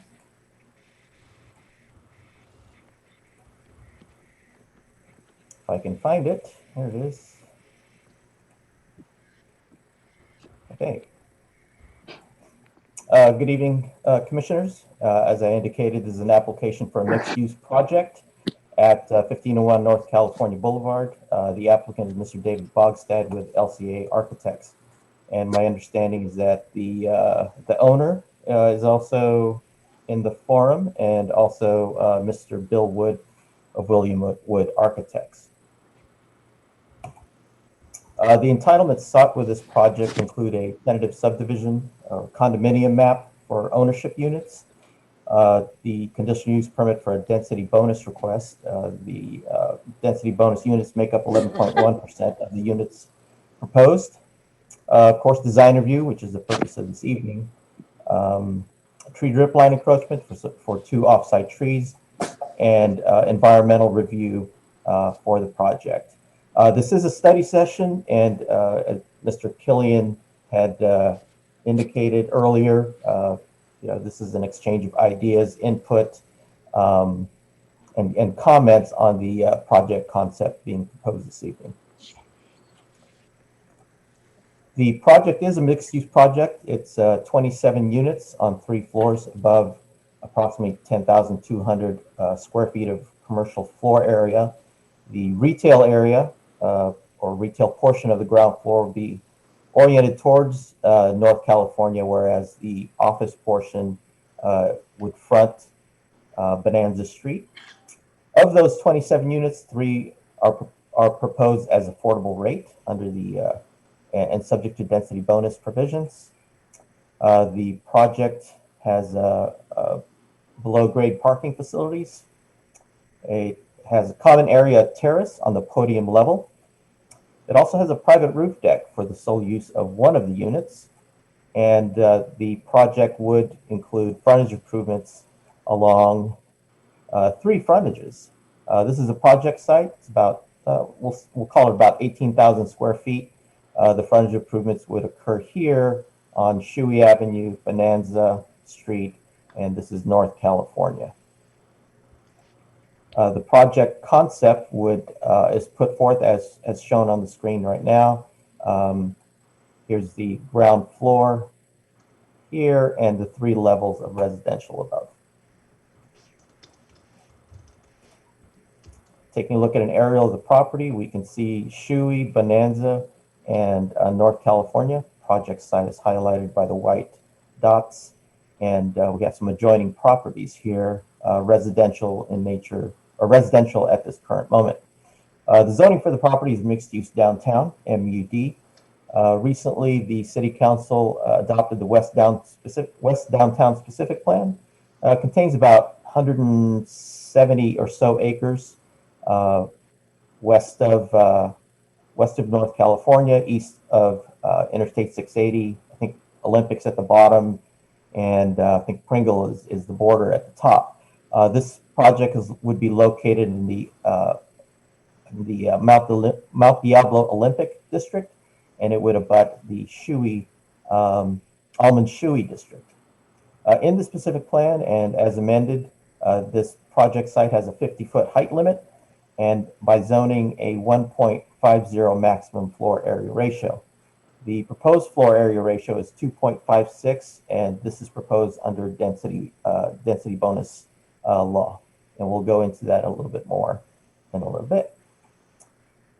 This image here shows the height relationships, or the allowable heights. Project site is right here in blue, which is a 50-foot height limit. And as you can see, that adjoining residential property would have a 25-foot height limit. And across the street, that was increased along this portion here to be up to, I believe, 89 feet with 6 stories. Just some existing photos of the site. This is looking southbound on California. We have the existing building on site here, and we can see the trees that are on the adjoining property. And we swing around, looking northwest. We have the King's Jewelers, I think, Relax the Back Store, and a real estate office. So that's about 6,500 square feet that would be demolished. Swinging around to Bonanza, looking at the southwest corner of the property here, we can see that office building and beyond the duplex zone property. And finally, this image here, see the more of the parking lot and the driveway where you saw in that area where the vehicles were parked behind that residence. This pink arrow shows the property line fence separating the project site from the residential property adjacent to it. Just to give you some background, the state density bonus law, the project is eligible for concessions and waivers, and based on the 11% affordable to very low income, the developer is allowed up to a 35% density bonus, but doesn't have to use all of that density bonus. As such, eligible for 2 concessions, and a concession is defined as are exemptions from local standards resulting in identifiable cost reductions. The 2 concessions associated with this project include building height and parking separation. In terms of these items, the applicant has demonstrated to the satisfaction of the chief building official, the housing program manager, transportation administrator, and to other staff that the increased height of the building and not separating the parking requirements does result in identifiable cost reductions. And further, regarding waivers, affordable projects under density bonus law are allowed unlimited number of waivers, and those are defined as relief from standards that would physically preclude the feasibility of the housing development. In this particular case, one is the floor area, as discussed earlier, 1.50 FAR limit, and that is from the mixed-use downtown regulations for sites less than 20,000 square feet. And the second waiver are building setbacks. And specifically on this project, it's the step back provision at a building height of more than 40 feet of elevation. In terms of this building setbacks, the applicant cites that the 3 frontages and the setbacks applied to them, the step back, including the Almond Shoei District setback for relief from a residential project, does constrain the building envelope and thus has requested setbacks, waivers from that standard. Maybe you are away or doing something. Okay, we'll just keep going on. I don't know what that was. Changing over to the architecture, this is the elevation proposed to face North California. The building does have a facet here, just to show the relationship. We have a glass curtain wall, or as referenced in the staff report, a silo essentially with a capped round roof. And in the objective design standards, which are guidelines in this particular case, the ODS requires that building entrances to either the business or residence not be separated by more than 75 feet. In this case, the separation between these 2 points is about 87 feet. The applicant could conceivably split this tenant space here to be a single storefront and result in a door on this elevation to meet that. Staff is looking for comment in terms of that guideline. Another guideline of the objective design standards is for windows to be recessed approximately 2 inches, and indicated in the staff report that as concept drawings, we're kind of not down to that level of detail yet, but the intent of that is to avoid the flatness of these surface planes. And third comment from staff on this are these the fascias, as the previous item, the issue of signage. This looks appropriately sized, but staff is concerned about this fascia accommodating adequate business sign identification. Similarly, that sizing would apply across the ground floor to the other elevation also. It would apply to this Bonanza Street elevation. Again, we have the silo, which is mimicked over here with a functional water tower or cistern. And here's a situation where the sign copy appears to be very tight on this fascia. The commission may want to consider increasing this fascia height for increased visual weight, perhaps 24, 30 inches, allow maybe up to an 18-inch letter on that fascia. In the center of the building, this is the residential lobby, and it's appropriately located in accordance with the mixed-use downtown from the retail, core area retail street, and also the area that it occupies. Take a look at the rendering provided by the applicant. We see the ground floor area and also the building detail or building articulation on the floors above. This building is well articulated, has a lot of pushes and pulls, also pop-outs and voids, which increases visual interest.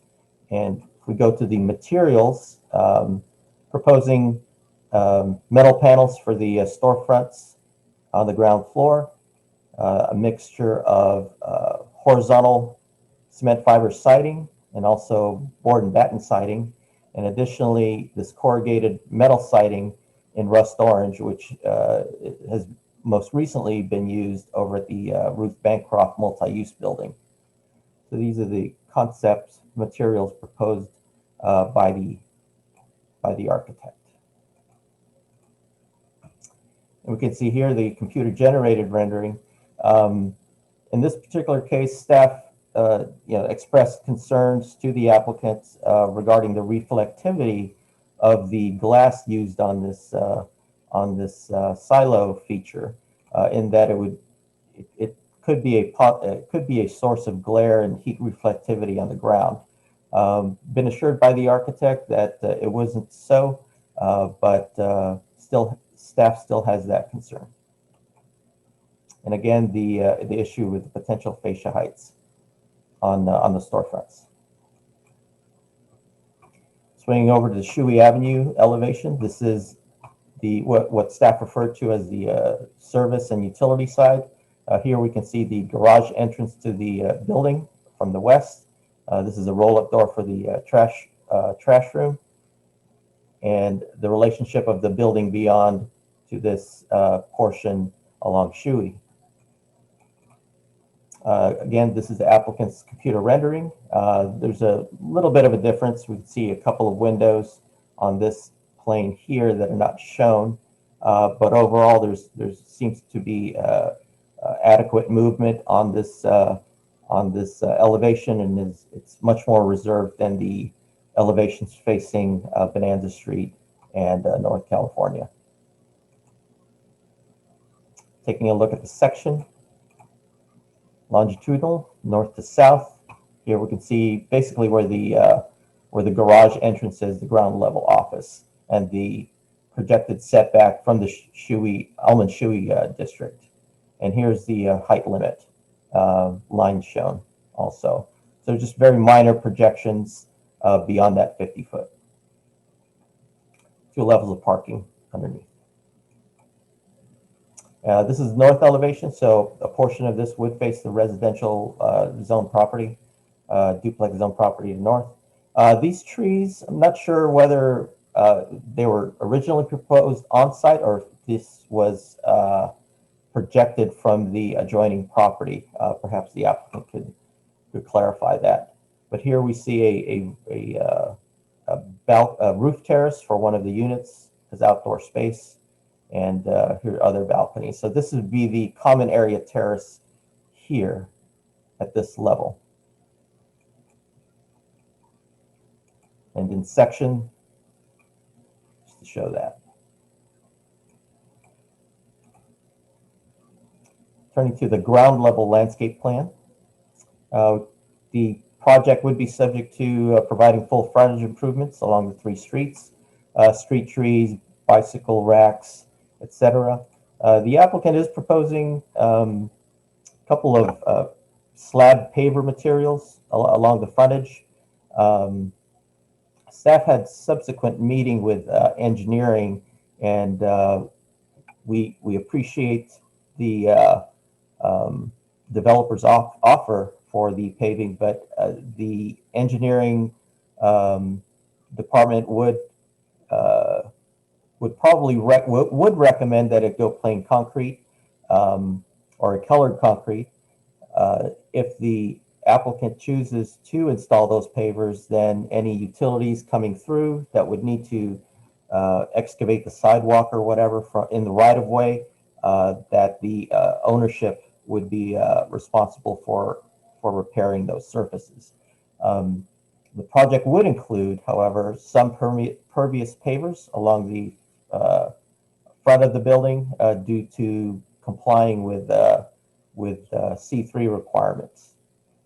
Staff does support use of these pavers, perhaps to highlight the entrance to the corner of the building and the residential lobby.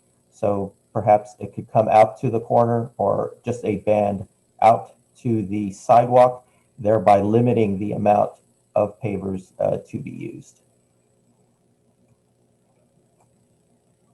This is the Terrace Landscaping.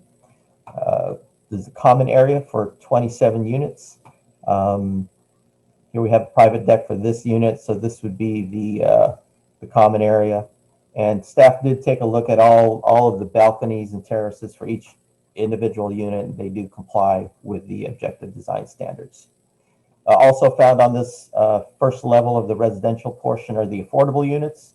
They would include a studio here, a 1-bedroom, and a 2-bedroom unit.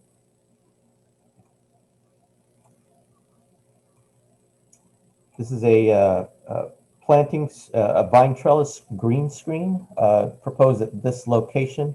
I believe it would be limited to this planter area, but not extend it beyond to either side. Staff's looking for input from that. Otherwise, there'd be cascading and grassy plant specimens, olive trees in here. But this deck is a deck system. Basically, it's a framework that's laid down on piers, and then deck panels or deck units in squares are supported by those piers. And finally, this is the rooftop private deck. Be accessible only by the penthouse unit, which occupies the 3rd floor in this location, and also includes the floor where the glass curtain wall for that silo is located. These are over here are mechanical units and clerestories, but this would include shade sails for coverage and provide different activity areas for that user. In terms of tree drip line encroachment, there's 29-inch oak tree at this location here. It does overhang the property. That would be the drip line. And here it is as an image. As we can see, it overhangs the property, it says 8 feet from the existing base of wall. My understanding is the applicant has made contact with the adjoining property owner and will provide an update on those efforts this evening. And with that, staff's recommending for the Design Review Commission to provide design comments to staff and the applicant, and if sufficiently developed at this time, make a recommendation to the Planning Commission. If approved by the Planning Commission, this project would come back to the Design Review Commission for 1 or more hearings on the mixed-use project. And with that, I'm standing by for any questions or comments you may have. Okay, thanks, Alan. All right, does anyone have any questions of staff? Carlos, I feel like you're talking, but you're muted. Alan, can you hear me now? I was doing the same thing. Go ahead, Carlos. Go ahead.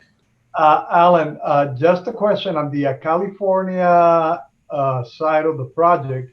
You mentioned the 70-foot distance between doors. Can you expand on that? What's the ruling? Sure. Well, sure.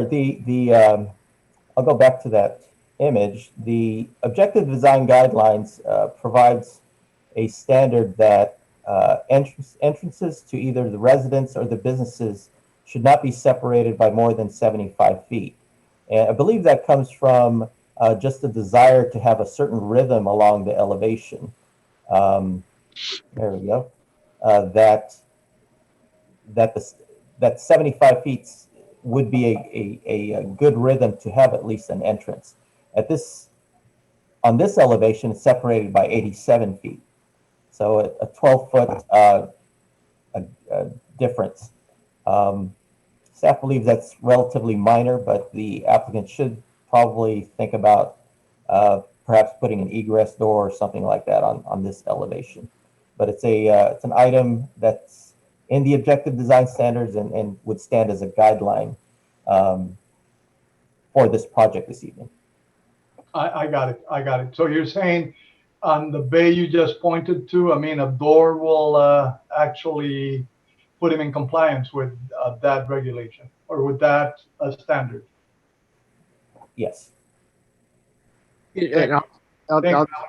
I'll just jump in the objective design standards that we worked on, and Casey's familiar with these too, is that they were done in response to the SB 330 that came out of Sacramento that allows for multifamily projects, if they meet certain objective design standards, which we had to develop, that they could basically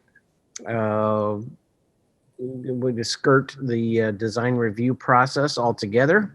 And so we had to think of minimum requirements of objective standards that would apply to all multifamily projects. So that was one that we came up with. We didn't want, we had a concern that the developers were going to come in with projects that had bare blank walls for 75 feet and nothing else. And it was our minimum standard that we said every what is it, Alan, 75 feet, every 75 feet at least, you have to put in something that breaks up a solid blank wall. So that was the impetus for that. But those objective design standards that we put together applies to every multifamily project unless it goes through a design review process, which we're doing this evening. Okay, so they don't necessarily need to meet those standards, but they are guidelines at this point for any multifamily developer. Did that make any sense? Yes, it does, Ken. So if I interpret what you're saying, I mean, the spirit of the 75 is met here because it's not a blank wall. I mean, you have openings. Right. Actually, you have bays that do create a rhythm on that first floor and keeps the building away from the blank wall effect that we're trying to avoid. That's exactly what we That's stepped up. fair. Concur. I do have a question about that door though. So that door gives access to the ground floor commercial tenant and access to the units? This, no. Sorry. Sorry. The other one. This corner entrance would be the main entrance for the ground floor retail space. This would be a residential entrance to the units. Okay, thank you. And I think that might be, let me look at my plan. Hold on a second. Isn't there a residential on Yes. Bonanza? That's kind of the doors in the middle there. Yes. Yes. So that would provide entrance egress for the residential units. It used by more than one tenant. Yes. So first thing I want to do is disclose to the public that I did meet with the architect and the owner via Zoom yesterday, where they were able to just sort of run me through their design philosophy and why they're designing this building the way they are and why they want to build it, et cetera. So I was in listening mode, no feelings, thoughts, et cetera, were shared, but I just wanted to disclose that. I have a couple questions. First one is for the low income units. I thought I read that, they're not to be really clustered in any one location in a building like this. And it looks like all three are on the first floor. And is that going to work within the spirit of the ordinance around all that? So the plans were reviewed by our housing program manager, and being that they're differently sized as a studio, 1 bedroom and 2 bedroom, that was deemed acceptable by the housing division. Okay. And then was engineering's objection to all the pavers, which actually I really like seeing all the pavers out there. Was it really just from the city doesn't want to be responsible for paying for the, repair, upkeep and dealing with, if PG&E's got to come through or do something, that the building owner has to take care of that? Is that the only real concern that I'm hearing? It tends to be a maintenance issue for the ownership.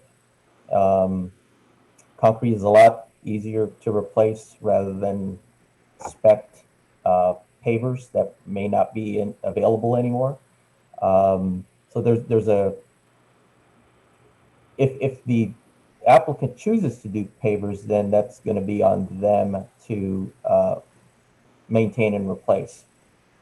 The city would not accept that responsibility for that architectural feature. And then I think my final question for you, Alan, would be, what are we hearing, if anything, from the adjoining residential neighborhood, the adjoining residential homes that are pretty close? What kind of feedback are we getting there? Public hearing notice went out, and I did not receive any correspondence during the 10-day noticing period. Okay. All right. Thank you. It seems like Mr. Bogstad's done his homework, and we appreciate it. All right, so I don't have any questions. Carlos, did anything else come up for you?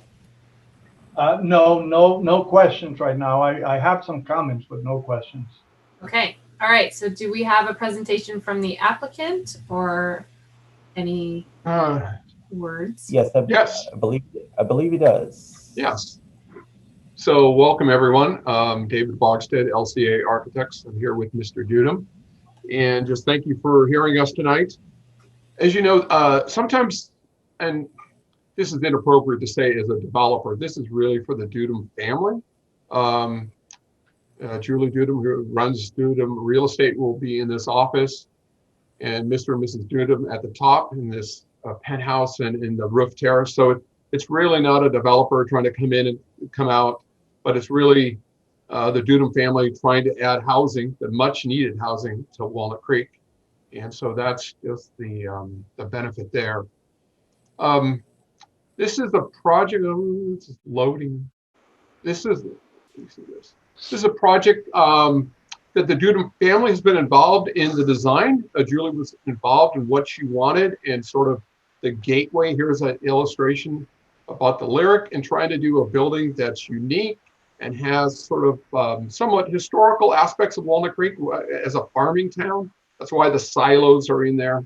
And so be able to do that.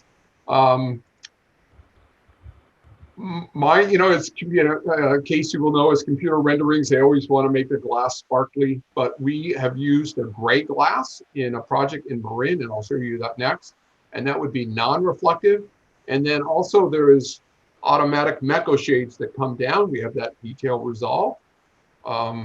And to be able to do that so that at night these would come down, you'd have privacy or blackout, and that would be able to do that so that it would do that. So you would have no glare.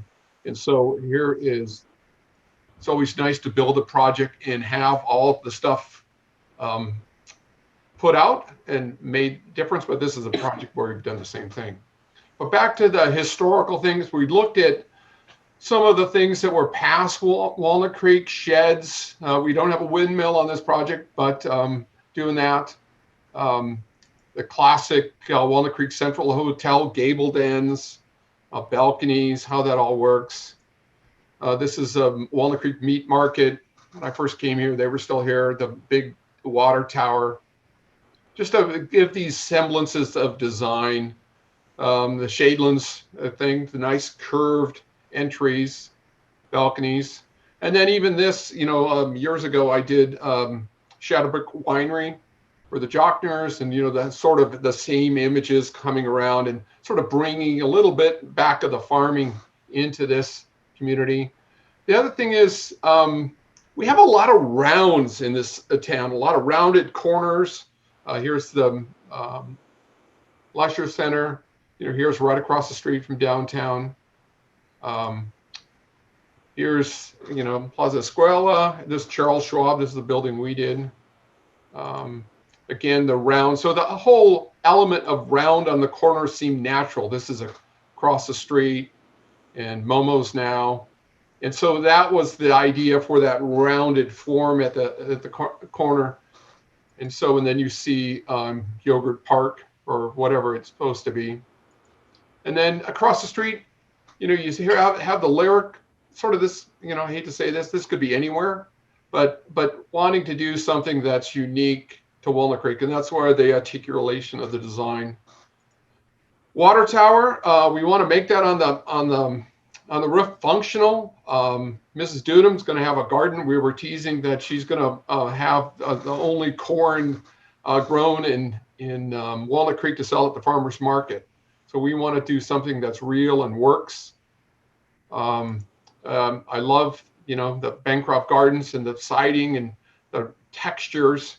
So that's the idea behind this. So materials, everything else, the idea behind the round, the gray glass and the shades to have that rounded corner and make it a statement of you're entering downtown.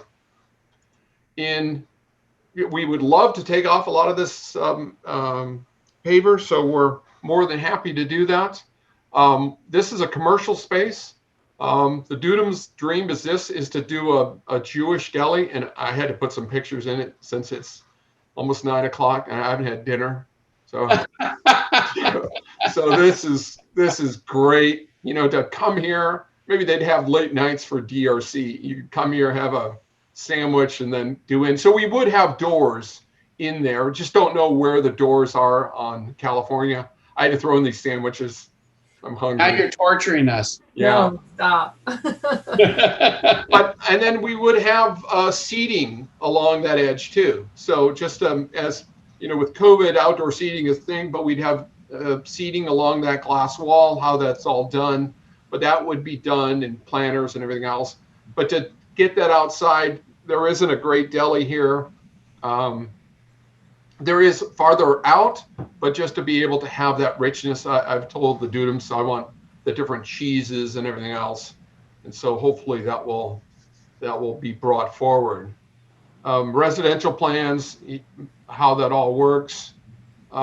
Just on the, this is a a penthouse unit on the top for the Dudums, and the stair to the roof terrace. Now the roof terrace is unique in the sense that it's going to be grown for vegetables, moving from a house in Danville into the sort of the urban village here, so that would be able to grow and do that, and you would see the corn growing up off the roof, and that's sort of the vision there. So hopefully that gets people interested.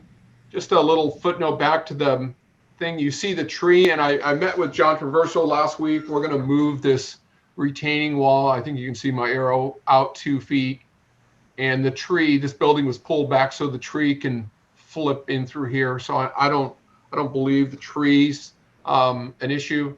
The other thing that we're doing and this is from the Shui perspective, we're getting rid of all the power lines here. We have to underground it. We're going to bulb out that corner at the end here on Bonanza. So that will all benefit the community. Probably for our neighbors, we'll have a no right turn coming out. So they'll all go back into the city to keep out of the Almond Shui neighborhood. This isn't, this is old Walnut Creek. I think it needs a refresh. I think we need housing, desperately need housing. And people are desperately wanting to move to Walnut Creek now out of the city. And so that's the idea. So I'm just looking forward to your comments. Would like to just push this forward. And so any feedback is much appreciated. Okay, great. Thank you. We'll start with you, Charles. Do you have any questions for the applicant? Yeah. I think I heard you say you'd be happy to not have the pavers, but are you really opposed to not doing the pavers? No, I think in some areas, like at the entrance, I think that's important. I think the entrance of the lobby, but if you do it all over, I think I got too much. So I'd like to do it at, Jack's dream is to make this a high-end property, so that, yeah, maybe at the entrance at the corner and at the entrance to the residential, I think that would be appropriate, but not through the whole sidewalk all the way across. Okay. And I just want to confirm, I'm pretty sure, but other than the 3 affordable rentals, these will be owner occupied condos, right? To be determined, but we're going to do it as a condo project as of today. Okay. It may be rental. It is, in this economy, as I think all Mr. Dudum owns many restaurants, you have to have flexibility. Yeah, I was going to say I was sort of applauding the idea of condominiums because we have so many apartments in Walnut Creek. Obviously a condominium in this building is not going to be an inexpensive condominium, but on the same time, right over there at the Lyric, I've toured it, looked at the models, seen what the rents are. Most of the new apartment buildings in Walnut Creek are not inexpensive either. So, I for one would love to see it as condominiums. That's not my choice. That's not a design aesthetic, but I was kind of excited at that prospect that somebody could actually own a nice little piece of the downtown. But no other questions. My other question earlier was really, how the neighbors felt about it. It doesn't sound like, maybe you have something you can share about sort of how the neighbors are feeling about this. no, it's silent. So that's always a positive aspect. And now we have public hearing, and so that may unfold, 15 people. So I'm humbled by that, but I think it represents the needed housing for the area. I think we're sensitive. We're stepping back from our neighbors and trying to have as little impact into the stuff. And my heart believes that they would love a deli here. All right, that's all I have in terms of questions. Thank you. Thank you, Charles. Okay, Carlos, any questions for the applicant? Yes, David, how are you doing? Good, Carlos. I have a couple of questions. Are there any ADA requirements here? I mean, I assume that for the first floor there are, and my assumption is that you guys are very savvy and you're following all of them. But are there any requirements for units to be accessible? Yes, any unit that has an elevator, all units have to. So the key word here is all units have to be adaptable. If you did hotels, they have to be accessible, but adaptable, so that if any person, including the Dudums, who wanted to convert their unit to make it accessible, has the opportunity with just screwing things into the walls and making that work this way. But access to decks, moving through the facility, using the restrooms are there, relatively easy. Your head building official, Mr. Kong, is very astute in making sure I follow all the rules. I see what you're saying. So you're saying counter heights, bathroom dimensions, everything is there, and it's just a matter of moving some things around and Right. adapting the unit. That's correct. Yes, and the other thing, can you walk me again through the finishes on the elevation, and we can use this elevation. Yeah. So this is so first of all, this is curtain wall. So, but it's radius segmented, so it looks. But we'll do the trim round so that it looks like it's circular in nature. I wanted to start with curved glass, as every architect would, but the cost is too much. This is metal panel interior, more.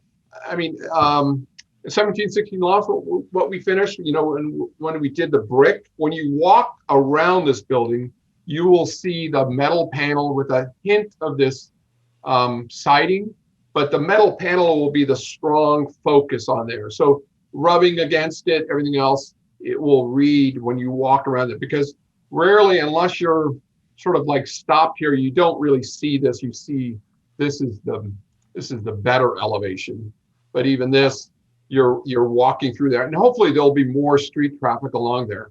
And then going back to this, we have this is board and bat siding, and then horizontal siding, just to give some other play in the materials. And then in the background, we did, and let me just scroll down here, we did this metal siding to give it a little bit more texture. So the textural aspects of this building are lively as it goes through there. So that's the idea. And then on the tops, we'd have, metal roofs. So you really, we'd have them at such a peak, you'd be able to see that. So standing seam. So you see that barn vernacular. Yeah, it's pretty rich, which is great. And I think it's full of references, and it brings me somehow back to my postmodern education years, where all these things do have a meaning, and they all do have a reference, and they do have a historical backing, which when you actually gather them and put them together, tell a story. And I think the building does tell a story, which is a great thing. The round elements, the gable roofs, yes, the materials, and I think that's a fortunate outcome of this building. Yeah, and it shows the effort of the Dudum family to do something that is their legacy. It isn't just about the money. It's how to do something that they can put their name on the building and move forward and live in it. Okay. So I just had one question, and it may not be resolved in this moment, but there was a mention that the perimeter of the building will have to be pervious pavers. And we had a bit of a conversation that maybe the entire sidewalk area may not be pavers. So I would just want to understand the extent of the pavers happening around the building and then the relationship between the pervious pavers and what would be the sidewalk. So I realized that that may come later because we just gave that conversation a little more thought today. So you might not have to answer that in this moment, but that's a question I would want to see resolved. Yeah, I mean, yeah, I would resolve that before our next hearing, Casey. And, you know, they had talked about pervious pavers right along this outside the commercial space where you would have your tables and stuff. Right. And so that would be that. And then, you know, I have to talk to the Dudums. Do we want to do this corner? And then do you want to do this area right into here? But this area between the commercial and the property line was the pervious pavers that engineering wanted. Okay. And then the rest, we could do it in concrete, which as we price things up would probably be a much needed help there. Also in this, you notice that we're bulbing out these areas so that it just slows traffic down. And this side is already bulbed up, but this side we're bulbing out, and then we're getting rid of the power lines. Great. Okay. So now we open it up for public comment. So I can jump back to our agenda real fast to read off that number one more time. So if you're jumping into the webinar, the number is 938-6683-2417. The password is 123718. And if you're calling in, the number is 1-669-900-6833. So we'll give that a minute because we got a little bit of a delay.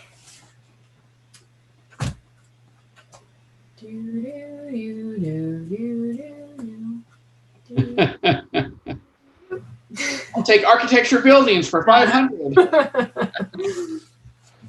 That's interesting.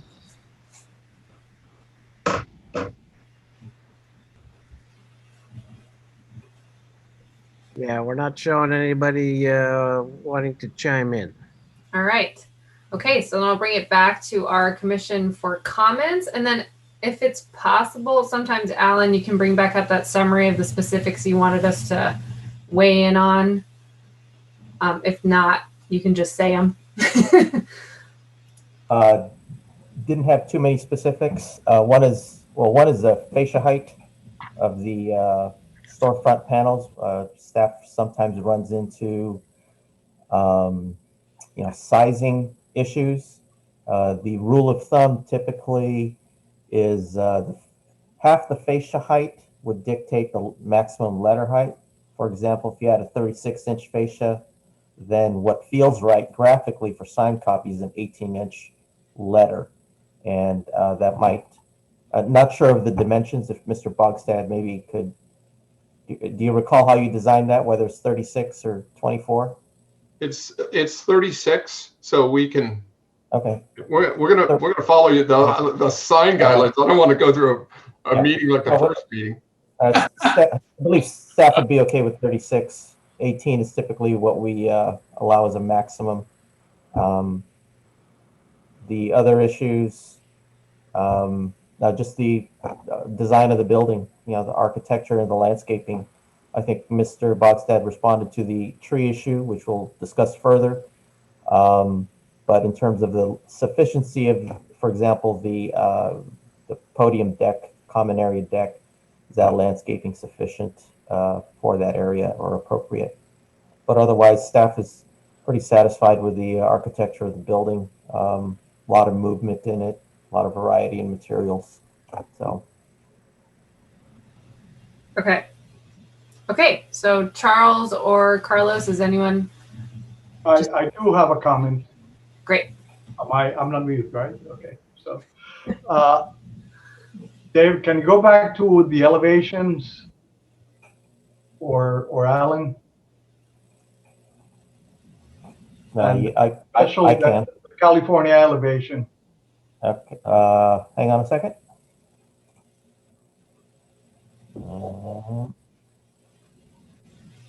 Well, that one, yeah, David, it's just that, I think that the building's got the family tree correct. I mean, where the elements are coming from, how they relate to a history of Walnut Creek that's common to too many people. It means a lot to many people, and that's very important. Now, in terms of how you put the elements together, I feel that the base does not relate so well to the rest of the building. I feel that the base is disconnected on both the south elevation and the east elevation. I see it like an independent element where you actually sit your residential, but I don't know. The geometry doesn't seem to connect or doesn't seem to unify the whole building. It separates the building.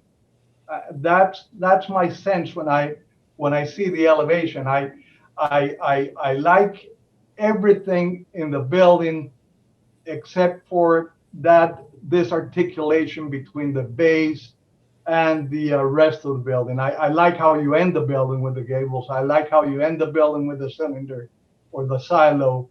I like how things pop in and out. I like the materials. I like the windows.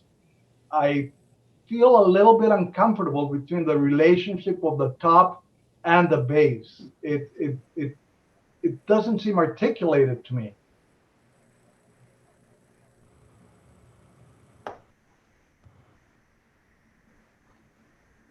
Okay. Carlos just went. Charles? Can you go back to just the first page? It had the really nice elevation, the colors. I'm the one non-architect on the whole DRC, so I look at some of this stuff through a different lens. I look at it as, what do I think when I walk up to drive by various different developments? How does it make me feel just from an emotional standpoint? And I think it's a really, really nice building. I think this would be a huge upgrade to what is there today. I'm very familiar with what's sitting there today. And I think this will add a lot of class to that corner. I love the finishes. Kind of has that farmy house feel. I like that. I do hope that the water tower actually makes it. I was always disappointed that the water tower never made it in the Orchards development over where I live. I thought that would have looked really slick. And it fell by the wayside. So I hope this one really, really does make it. But I like the colors. I like the proportions. The way the windows are set, I just think it's a really, really nice upgrade to that piece of land. And that's how I feel about it. All right. Okay, so for me, I agree. I really like the water tower. I wanted to mention that. I also had a chance to talk with the design team prior to meeting today, and I mentioned that, and I'll say it again. I just want to make sure that the curving element on the corner is not super reflective, and I know you addressed that in your comments, but I like it not looking super slick. I like it feeling a little more like a galvanized element, not literally, but visually.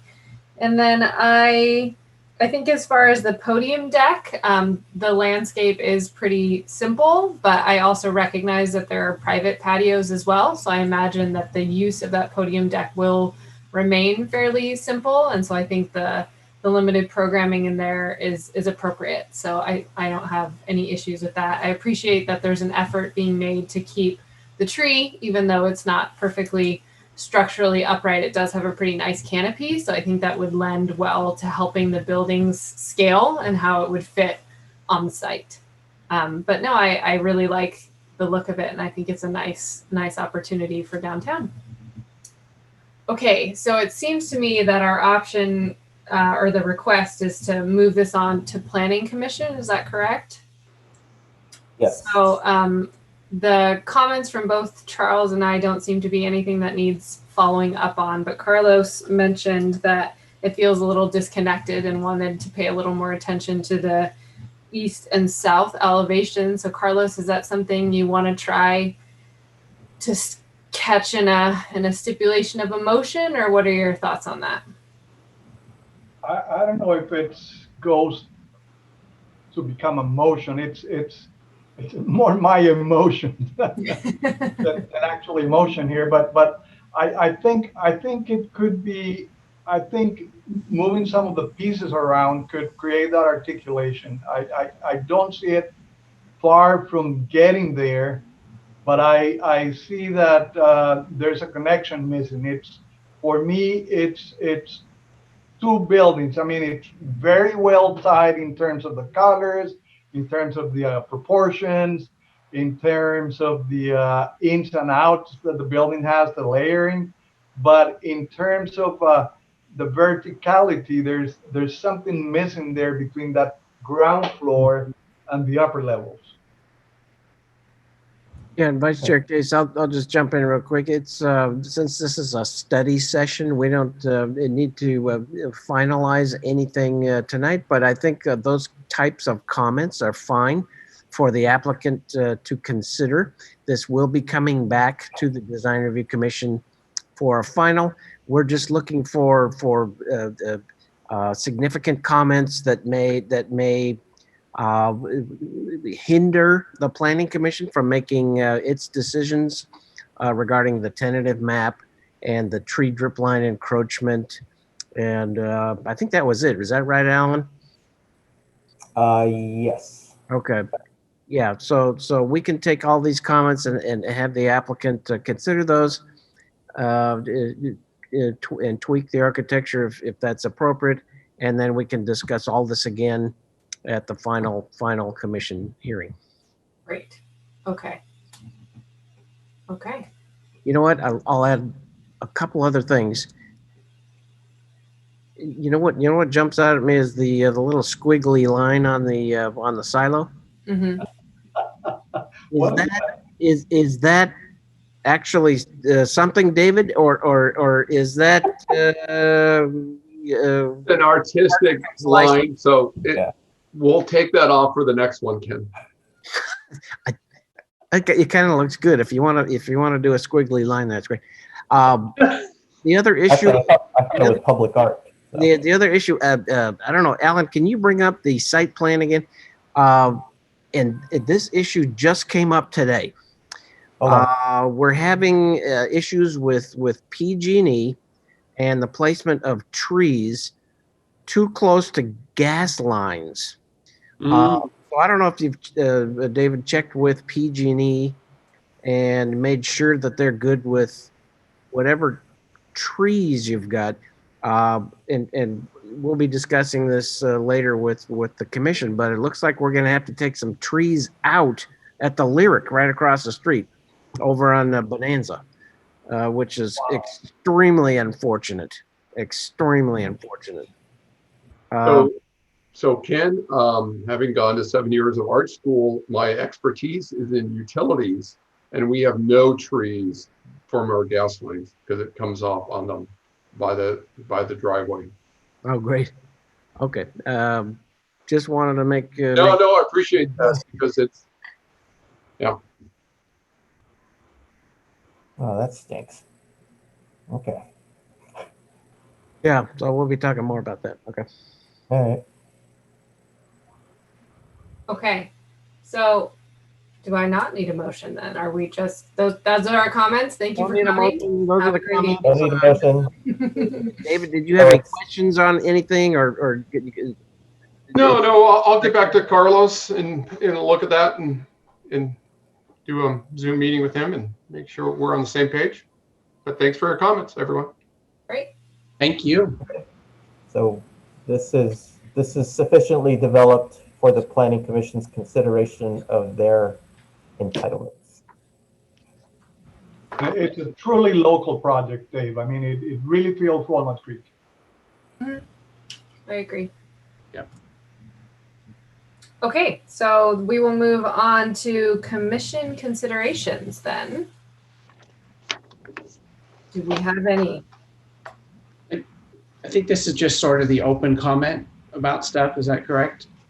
We can do that under commission member and staff reports, number 6. Yeah, Okay. there are no commission considerations from staff, but we can move on to number 6. Charles, if you want to add anything.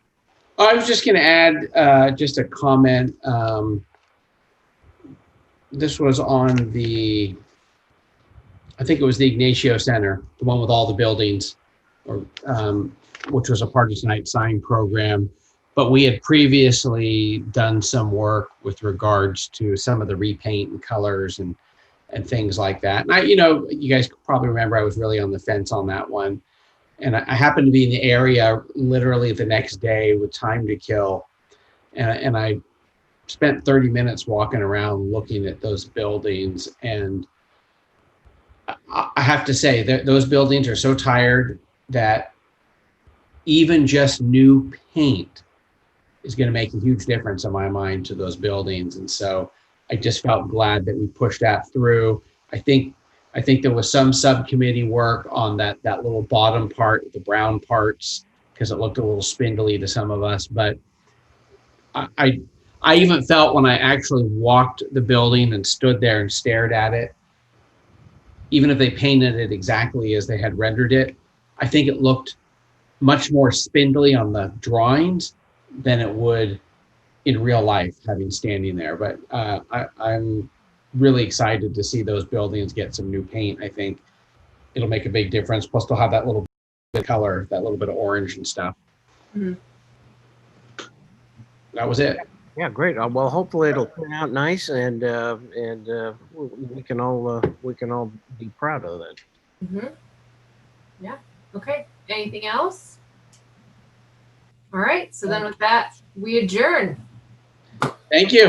All right. Come on. Good night, everyone. Bye-bye. Good evening. Thanks. Dinner time now. Yeah. Got to go find that Sandwiches deli. for all. Open, Ken. Got to go find the deli.